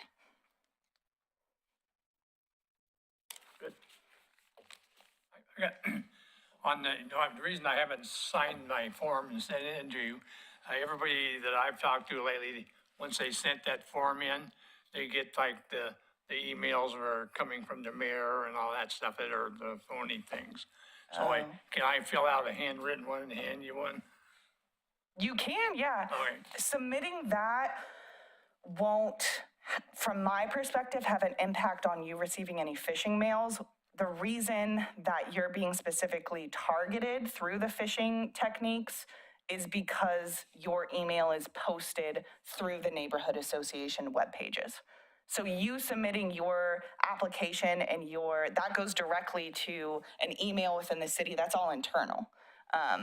But if you also have your email address posted and you want to change that to a more general neighborhood association email that you have, or remove your email in general and say, contact Hannah Schmidt to be able to get in touch with the neighborhood association chair, that's something that is more than capable in your hands. You just got to let me know.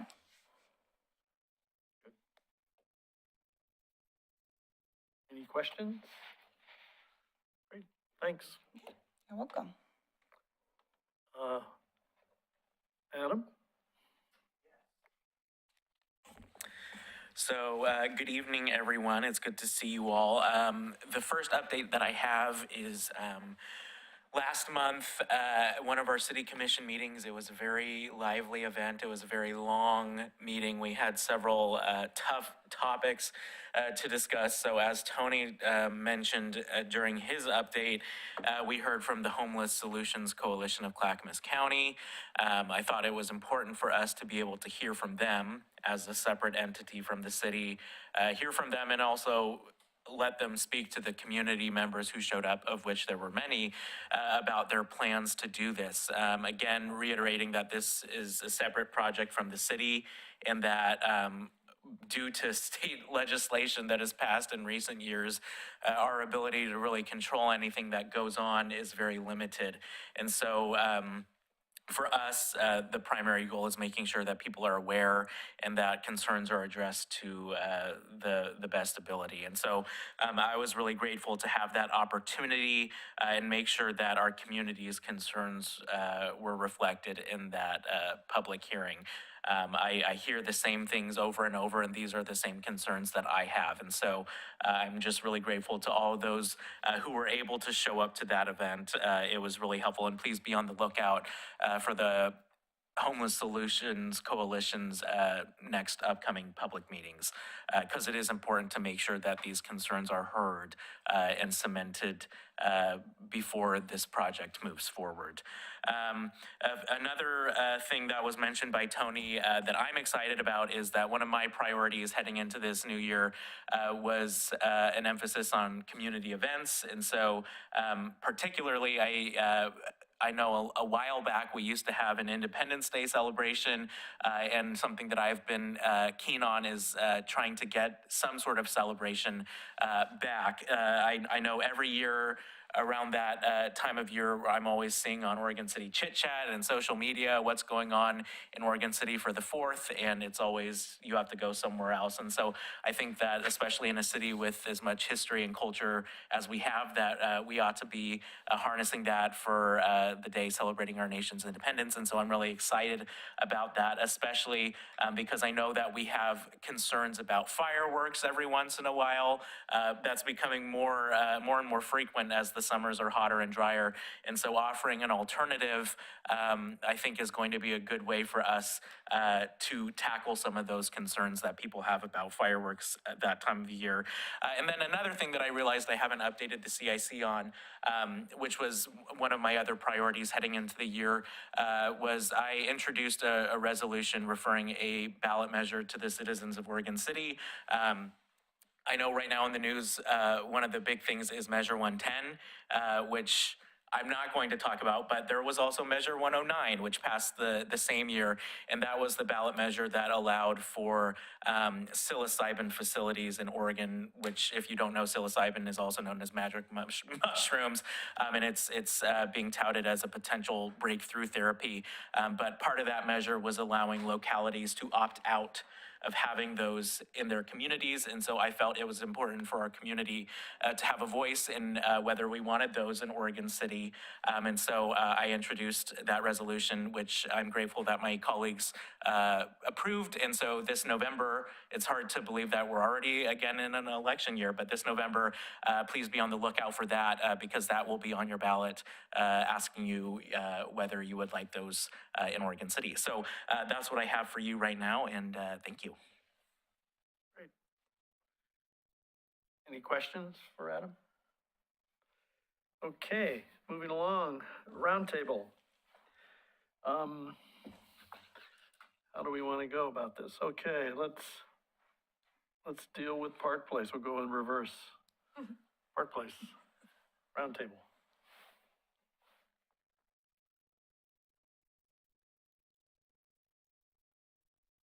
This is not in regard to Park Place particularly. Steve is our chair, but I will speak at this time. Could you get me a new nameplate?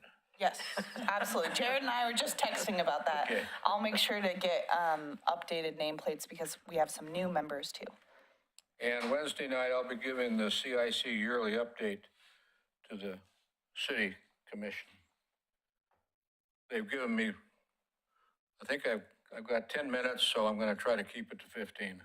I think they might be strict on that 10 minutes, Bob. As all our speakers tend to do here. That's all. Steve?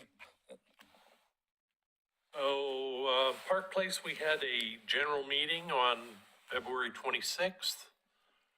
We had about 20 people there, which is great since we didn't send out postcards, and our secretary has been working 80-hour weeks in the ER. So we had a presentation from Chief Davis and updated us on, he'd already practiced this presentation with the city commission, so he had it down. Also, he introduced himself and our new liaison for Park Place. Also at that meeting, we talked about the Park Place Park grant, and apparently we're having an issue with the new park director wanting the trail that we just installed changed. So we'll see what's going on. Then Tuesday night, we had a meeting to discuss the Clackamas Heights redevelopment project, taking out the Clackamas County housing, talking about taking out the 200 homes that we have on Clackamas Heights and Oregon City View Manor, which are the low-income housing, redevelop the bottom one to put 250 units there, sell the top one, and put another 300 houses up there. So we'll get 500 houses in on Park Place. It's all dependent on coming down Holcomb Road. We're doomed. Let's see. And that meeting was at the same time as the Homeless Coalition, so we had to make decisions on which one we were going to. Who knew? So we have our next two meetings in March and April will be steering committee. And in May, we will have a general meeting And the presentation will be Willamette CERT and trying to help us understand getting out of our neighborhood when we have a fire or so. Okay, McLaughlin, Denise, Tim? So we have a meeting this Thursday at the library. Yay! We're happy to be back at the library. And thank you to Dennis for being our hall monitor. We are going to have a representative from National Alliance on Mental Illness. I think that will be very interesting and close to home for some of us. Not in that way. And then we'll also be a representative from the Need for Narcan, as well as the usual updates from police and fire. And I guess we started this year with a new I guess we developed a work plan. So we haven't done that in quite a long time. So we have a work plan. We've started on it. We've got 3 subcommittees that were developed out of that, and we're moving ahead and moving quickly. So that's a good thing. So we've got a lot of things happening in the neighborhood and a lot of positive things. A lot of new people involved in our steering committee. So I'm excited about all of that. I have one more thing. This morning, there was a really fun presentation on KPTV that featured the elevator and Tony Martinez, who's the traffic reporter. He goes around town and does special event reporting, and he got to talk to Denise at the elevator, and so it was really a little bit. That's it? Yep. Hillendale, Sarah. Okay. Before I forget, we did the mental health thing and we got a lot of people coming in. It was really well received. I think you'll be glad you're hosting that. The most important thing that we are working on that was discussed in our last meeting, steering committee meeting tomorrow night. So we're kind of in a bad spot to really report well. But our chair, Dan Scott, is a very service-minded guy and really liking his leadership. And he wants to initiate a cleanup, and we're talking about doing it along Molalla. So just a section of Molalla, see how many people we can get and get the vests and the bags and pick up trash. So why not? It's a way we can serve, right? And then moving forward, we're having steering committee tomorrow night. We'll flesh out more plans, and our general membership is in April 2nd. So we'll be doing our planning for that. That's about all I have. I have a comment. If you want to talk, you can talk to the Public Works, and they can give you vests. Yes. And all that stuff to go with it. We do it on 7th Street, so. It is great, yes. Somebody had that thought at the meeting, so yeah, thank you. If you want some help too, our neighborhood is a significant part of Molalla, and maybe we can announce it in our neighborhood as well, and help out as well, make it a combination. So if we plan in advance, let us know. Thanks, Carla, I'll do that. Yeah, that'd be great. Thank you. Next up, Elyville, Carla. So when I get back, we have a meeting right away on Tuesday, the 12th. We're having election, so hopefully, we'll find some other people interested in coming in. We had an article in the paper. We're having a Tale of Two Rivers, so Jerry Herman's going to come and give the history of the two rivers coming together, obviously. And so we're going to talk about the history of Oregon City with those two rivers, obviously the Willamette River and the Clackamas River. We're going to talk about TAC's going to come in, representation with Chris Wadsworth coming in to discuss updates in our neighborhood. We're going to hopefully find 2 other people maybe that are interested in being on CIC. We'll see what happens. Other than that, what else? We're also, we're gonna maybe be involved as well. We're gonna propose to our neighborhood, Oregon City Parks Foundation, as well as us, try to help out. It's obviously McLaughlin neighborhood, so if McLaughlin's interested as well as Atkinson Park, there's gonna be an ivy cleanup, just because a lot of people in our neighborhood are really interested in utilize that park. And it also involves the Buena Vista House, which is significant to all of Oregon City, is doing an ivy cleanup. It's April 6th is what they're proposing.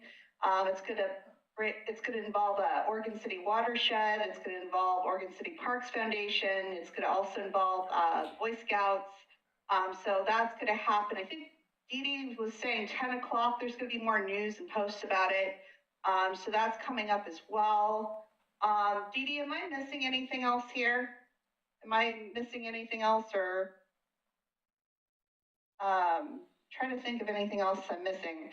Other than that, nothing new. I guess that's it.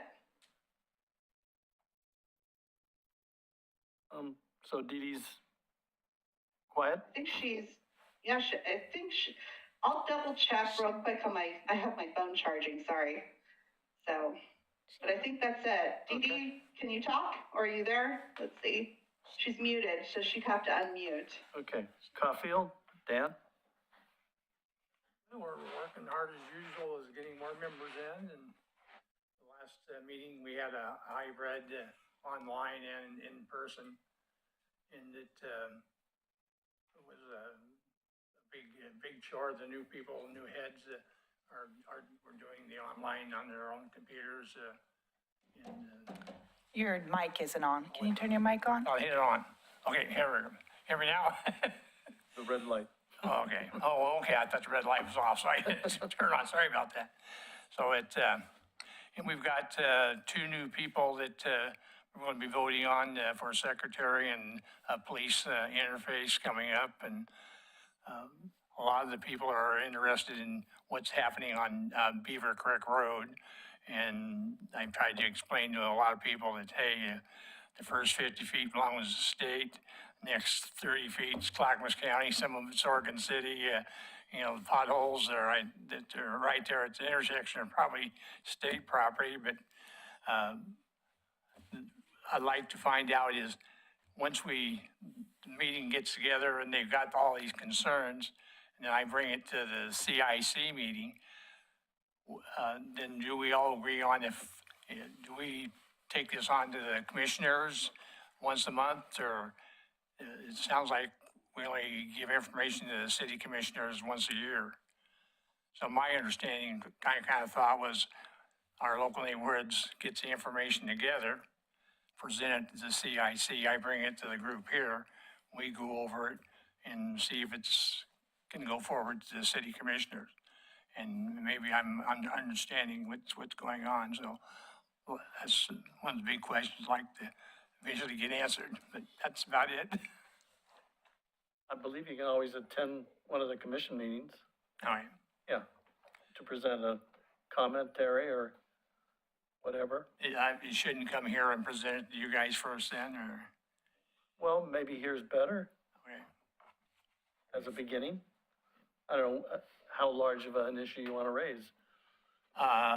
Well, it's Beaver Creek Road and Molalla Avenue intersection is there's probably more people that would be interested in that situation. So I suppose depending on how big I think it is if it's a small deal, go directly to the commissioners myself. It looks like more neighborhood associations be involved, bring it here then.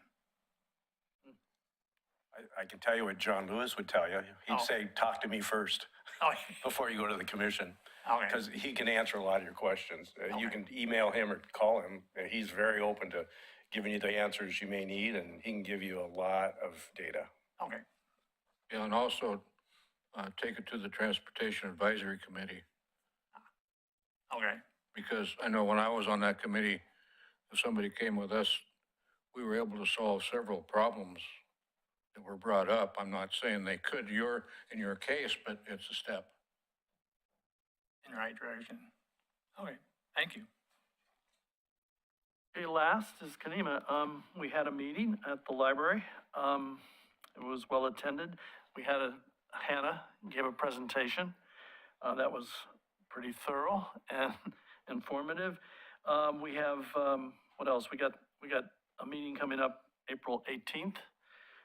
We have a new interest in the Pioneer Cemetery, which I'm active in, and we've got a number of, maybe I mentioned it last time, but seems like we're trying to generate some kind of interest in recovering some of the damaged headstones, and there seems to be available grants for historic cemeteries.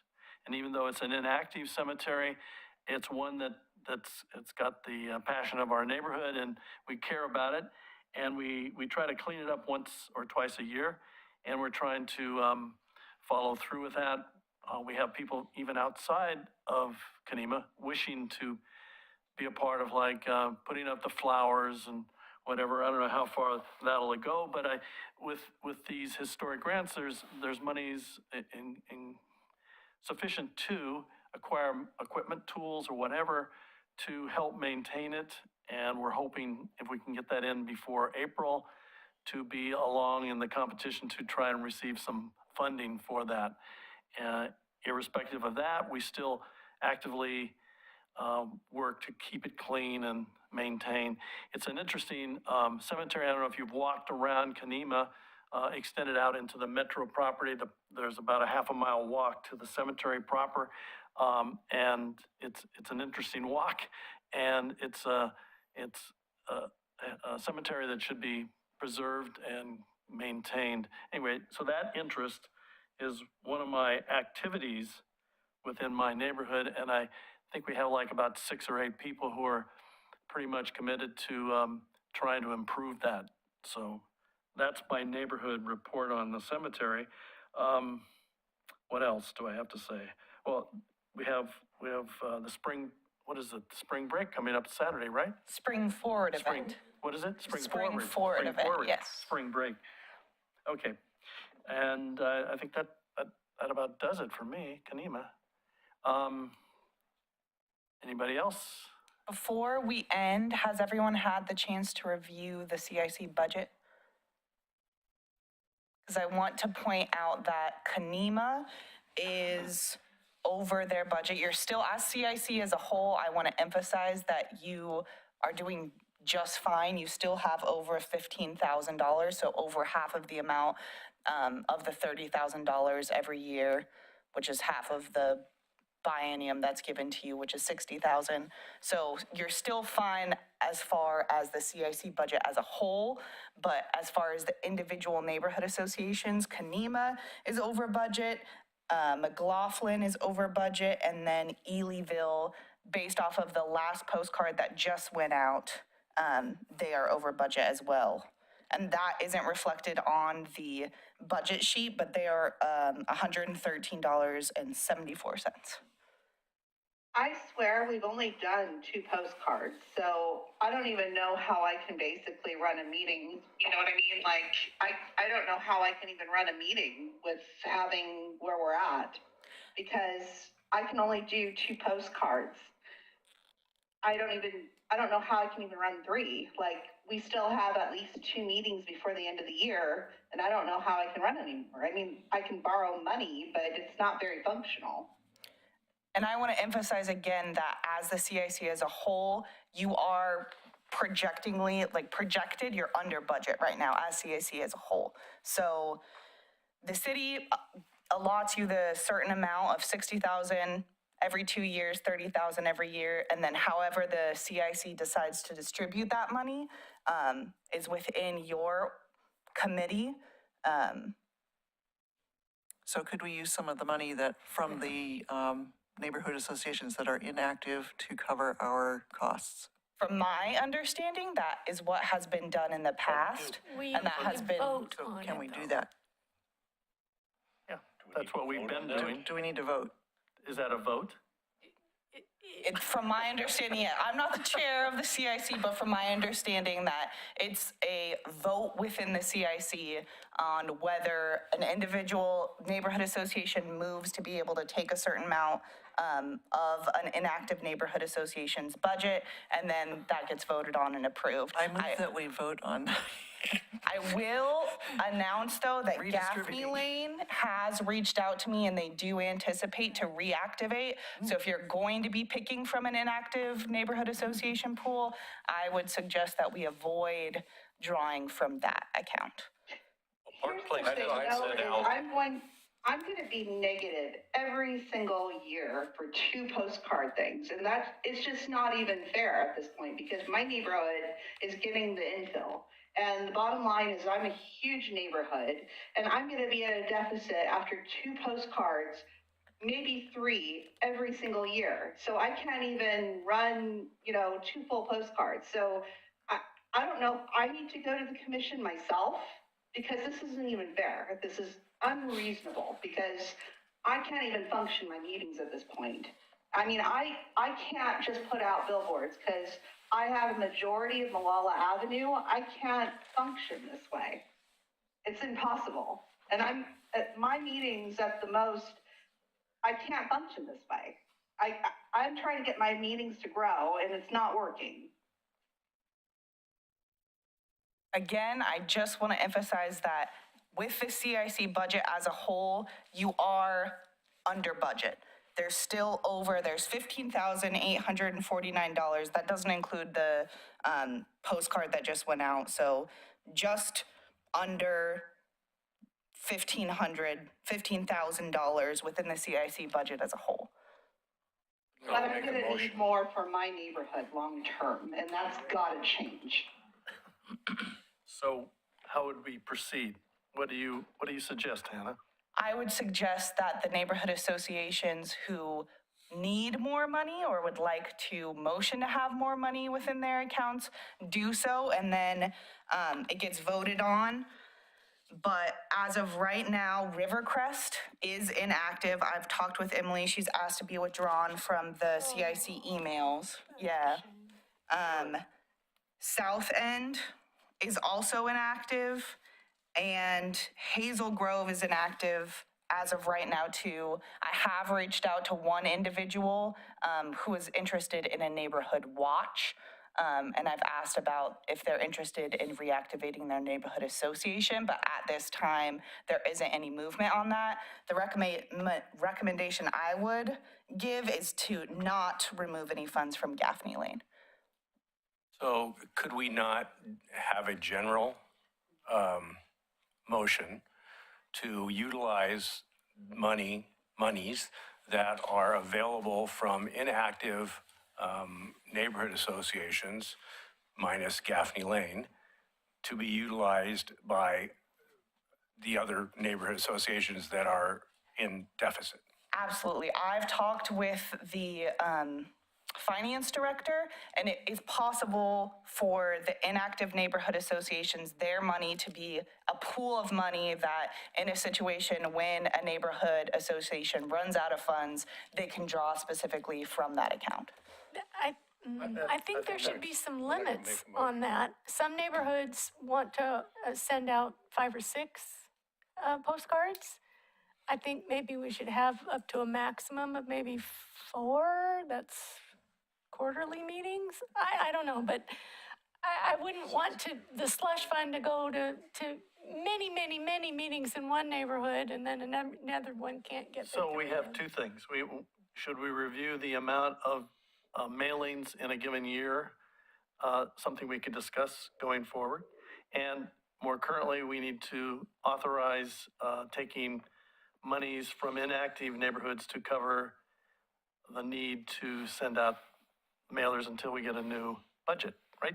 Correct? I completely agree because I don't want to take money from neighborhoods that could be established. And I don't want to make it to where other neighborhoods long-term can't freely start and establish again. Well, and we're only talking about through July. Yeah. Yeah, right? the I end of mean, June. So, yeah, and there's probably right, right, neighborhood just- yeah. associations aren't going to start up in 2 months. It's just not typical. Yeah. So I would say, you know, if we could plan, as you mentioned, for the next meeting, maybe we get some numbers and we can look at those and determine what we need. The bigger problem is we need more money, right? I mean, I think the bigger problem is if we're going to continue this. Why didn't you do something about that? I will say, if you go to the city commission and you ask for more money when you're already underspending for the year, I don't know how that is gonna go No, over. I understand that. I agree with that. I understand. We need to utilize the money we have. Yeah. Best as we can, and we can do that next month, right? I mean, because we're really not in arrears. We have the money. Yeah, It's not like exactly. we owe anybody anything. There's money there. Exactly. It's There's just a matter plenty how of we- money within the CIC account. Yeah, That's what exactly. I'm trying to emphasize. How it gets separated is based off your decisions as members of the CIC. So going with Sarah and the pool of money Yes, and that's held now. From that, we could take from that to satisfy those neighborhoods that are in need of some money to have the mailings through July, right? And then we through start the over. end of June, because the End of new June. budget begins in Right. July. Yes. So do we have to vote on that? Would we like to vote on that? Yeah, let's vote Well, on I it. think that in the past, we've had to approve each neighborhood separately when they wanted to borrow money, but I I'd think like that's to a good put idea. forth Pool. a motion that we approve the use of inactive neighborhood association funds to allow neighborhoods to use those funds, should I put this, Next 2 months. for any mailing. deficit they may be facing. Yeah, for the next 4 neighborhood. months. Mailings, Right. yeah. Is that a motion? Is that a motion? I would That's a like to clever put that as a motion. motion, yeah. I will second that. All in favor of that motion? What was the motion again? The motion The motion is succinctly money is that's- money's available for neighborhoods who need that, and money's available for those people that are in a deficit. Yes? Yes, I would emphasize, because I have been in contact with Gaffney Lane, and I think they plan on sending out postcards potentially for a meeting in April, that is one of the accounts that we don't Yeah. touch. But it would be Rivercrest, South End, and Hazel Grove. That would be then a pool of money that the neighborhood associations who are in need of an increase of their specific neighborhood association budget be able to dip into. What about Tower Vista and Two Rivers? Tower Vista That's That's is you. Hillendale, Oh, excuse me. and then Two Rivers is active. They do not have a CIC representative, but they do actively send out postcards. Okay. So, do you understand the motion? All in favor? Aye. Aye. I, All oppose? Hearing none, passes. I guess we'll have to leave it to Hannah to keep close track of the Yeah. current budget, our balance. I can completely understand when you're looking at your individual neighborhood association budgets and you see that negative, you're like, we have no money. Especially Carla, when you're only sending out a certain amount of postcards and you're like, where did all that money go? But from my perspective, the CIC is underspending. So until we see a trajectory where the CIC as a whole is going to run out of money by the end of the year. And then we also have another year budget that has budgeted out. Every 2 years, the CIC has just had an increase of $60,000. So in the event that you would run out of $30,000 within a year, there is also still more money. It's not like you have to use $30,000 and then that amount runs out. You also have another $30,000 that you can dip into the next year. So, Okay. Are we, anything else? Yes, Yeah, Dan. Tony had mentioned in one of the meetings, if we spend our budget, our $30,000 or the $60,000, that there was probably more money that would be available from some other funds. So I think we're all getting upset now, the thing, let's just get the money spent that we've got for this quarter and down the road.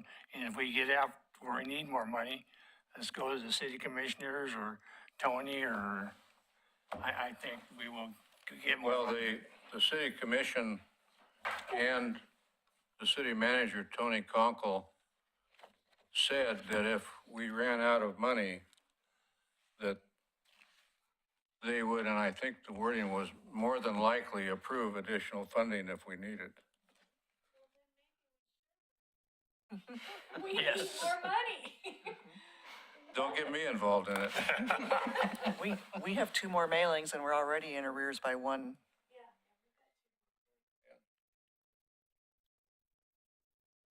To be revisited, I think. So Oh, sorry, Steve. You, Park Place has not sent anything out at this point for the year.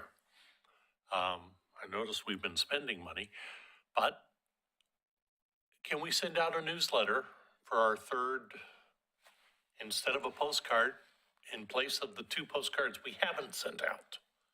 I know that in the past that there was discussion on like postcards being sent out and sheets being sent out. And it was decided that if you're sending out announcements of postcards, it would be on postcards. As far as newsletters, that's something I think you would have to present to the CIC. And if it's outside of your budget, The CIC or the city commission? the CIC. What? We would be under our budget. I proposed that when Christina was Hannah, and she said that that was fine as long as we were within our budget. Yeah, if it's within your budget, the CIC and the neighborhood associations in general can spend your funds as you see fit, from my understanding. I have a question. Who came up with these budgets? I mean, did each neighborhood say we have X mailings and we're going to do it 6 times or 4 times? Population-based? It's population-based, but the city does not control how the CIC spends their money. So Right. if you want to change that process, you're more than open Well, to I be mean, able to. it makes sense to me in budgeting if you have 6 postcards or how many you send out and you have 8,000 people, that's a pretty set amount, right? And if each neighborhood comes up with that number, that's where the budget should be, right? And just because Elyville has a large neighborhood, I mean, they should get that much money for theirs, like as McLaughlin does, you know, they should get the amount of money they need to fulfill the mailing for their population. And if there are, so that's, I think, where the budget should come from, rather than just say, well, just here, CIC gets 30,000, because how much thought was put into how much we really need? And I guess that's my question is how did we get there? Was it just somebody came up with money? I will tell you and I could bring this data next time to the next meeting. The CIC has consistently been underspending their budget for the past at least 3 years, if not longer. And so I think that's a topic of conversation too. If you were to go along that same line, yeah. And Bob fought valiantly at budget time to get us more money, and they wouldn't. So, I'll just say one thing. 15 years ago, the budget for the CIC, 15 years ago, was $25,000. for 1 year? How many years ago? For Yeah. 1 year? For 1 year, $25,000. Now they say it's 30,000. So we got $5,000 in 15 years, and who knows how much the population has increased since then, and how much printing costs have increased in 15 years. But we've That's been just making it information for you. I don't even want to talk about the budget. Well, Carla it might has, be nice to see that data. I Hannah, can bring if that. you've got it. I can most definitely bring that. Carla, you have your hand raised? I used to be always at a deficit anyways after it was like 4 postcard mailings. It was 3 now it's 2. I do really appreciate all Bob's effort to try to fight for us, especially me, because it feels like my neighborhood's growing the most. So I really appreciate all Bob's effort. Thank you very much. Thank you. Wait, any more? Any more? Pound that gavel. I think Okay, we're we're done. adjourned. Let's go home. Pound that gavel.